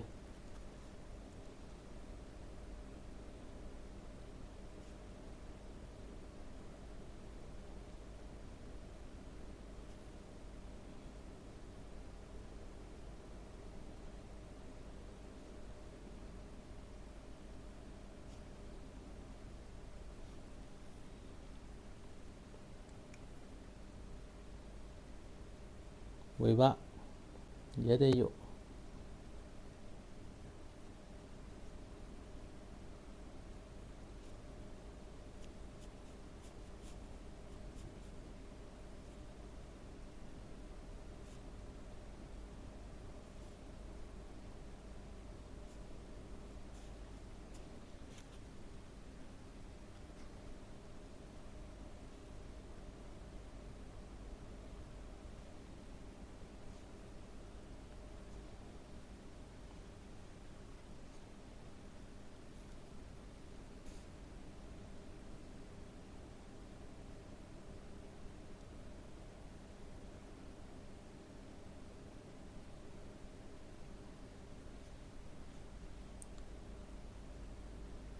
这边就轻轻的啊，少一点就行了。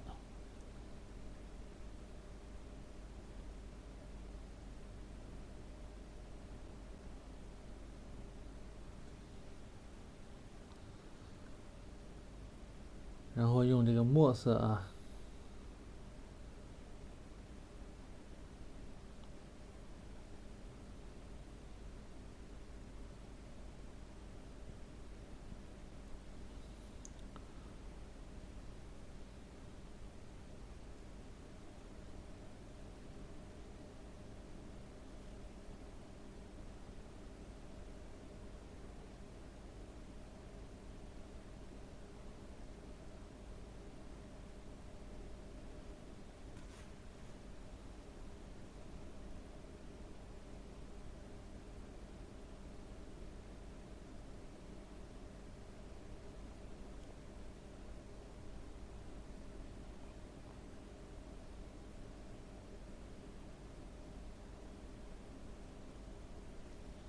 哎，又是一幅精品力作，对吧？画完心情都好啊。好，不是鼻孔这一块啊，哎，鼻毛给它画一下。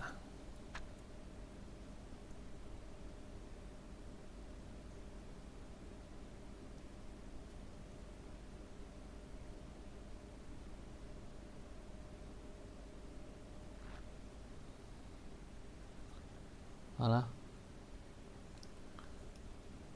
去活了吧？啊，还有个花蕊没点，再把这个花蕊给点一下。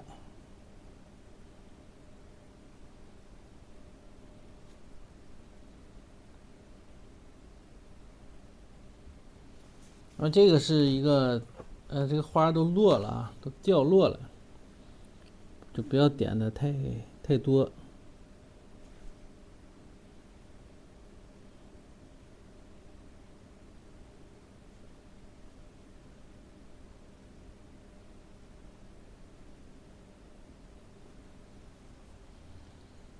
掉落的这种凋零的感觉。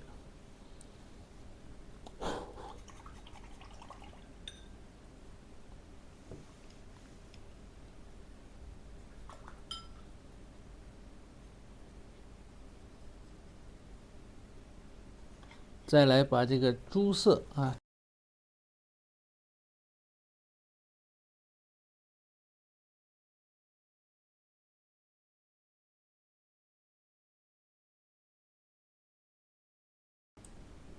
再把朱红色，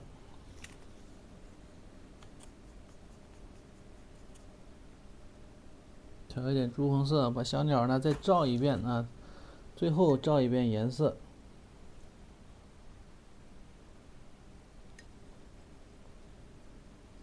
别太厚了啊，颜色不要太浓了。最后给它再照一遍。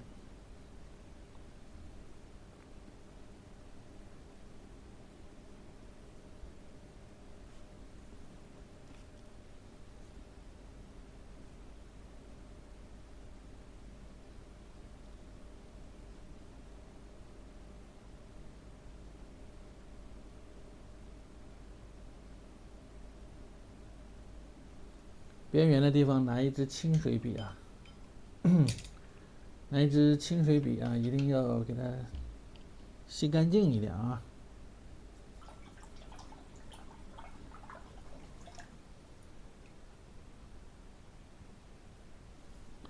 哎，边缘的地方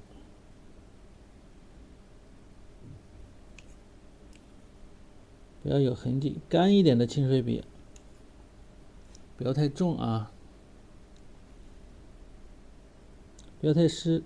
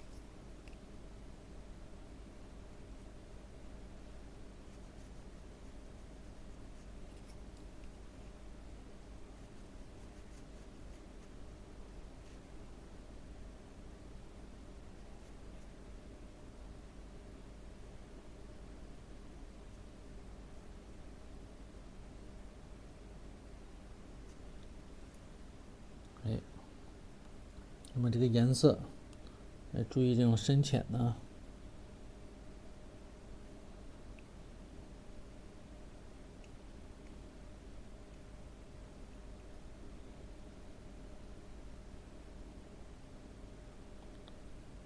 这个就是类似于朱砂啊，类似于朱砂的这么个颜色就可以了。朱砂可能还没这个红，因为这个现在的朱砂也不知道怎么回事啊，也不是特别红。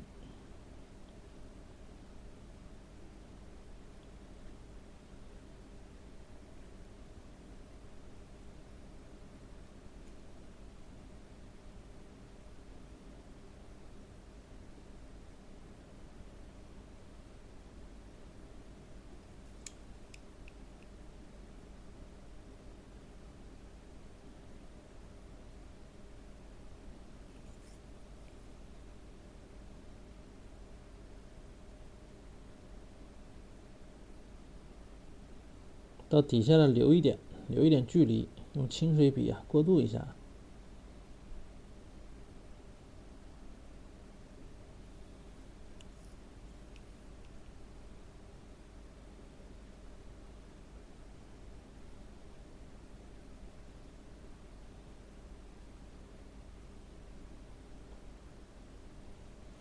好了，就是这样了，不用染好几遍，我总共就染2遍吧，其他的都是丝毛啊，不需要染。我说了不能染多，染多了这个纸受不了啊，染多了纸受不了，明白吧？所以不要染多了啊。有的同学，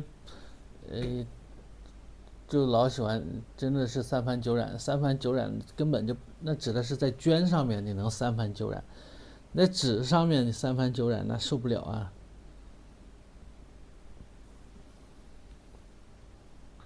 截图的同学截图啊。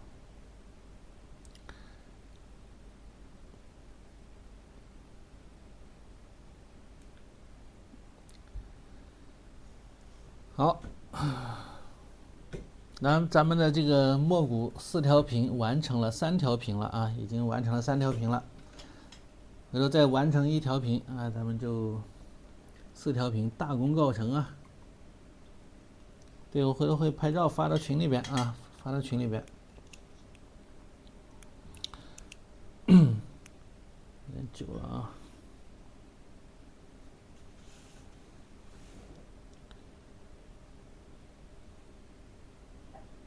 所以想要学习的同学啊，跟老师一起，保证咱们这个半年之内啊，半年，咱们这个课程呢，将近要持续半年嘛，估计6个月都得不止。保证大家能够在这期间取得一个非常好的一个进步和成绩。因为现在已经有好多同学呢，他这个画的已经非常好了，这个墨骨画交作业上来的啊，已经非常优秀了，画的。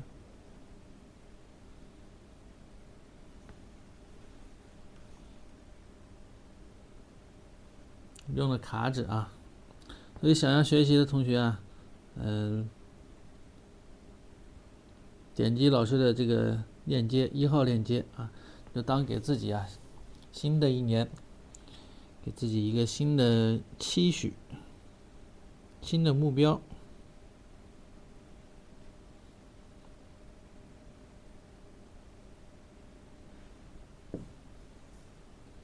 不要点太多，稍微点一点。这是熟宣卡纸啊，这是熟宣卡纸吗？好，那么各位晚安啊，咱们今天课程就到这儿了。下一次课呢是周六啊，是周六的晚上7点，好吧？好嘞，拜拜，晚安。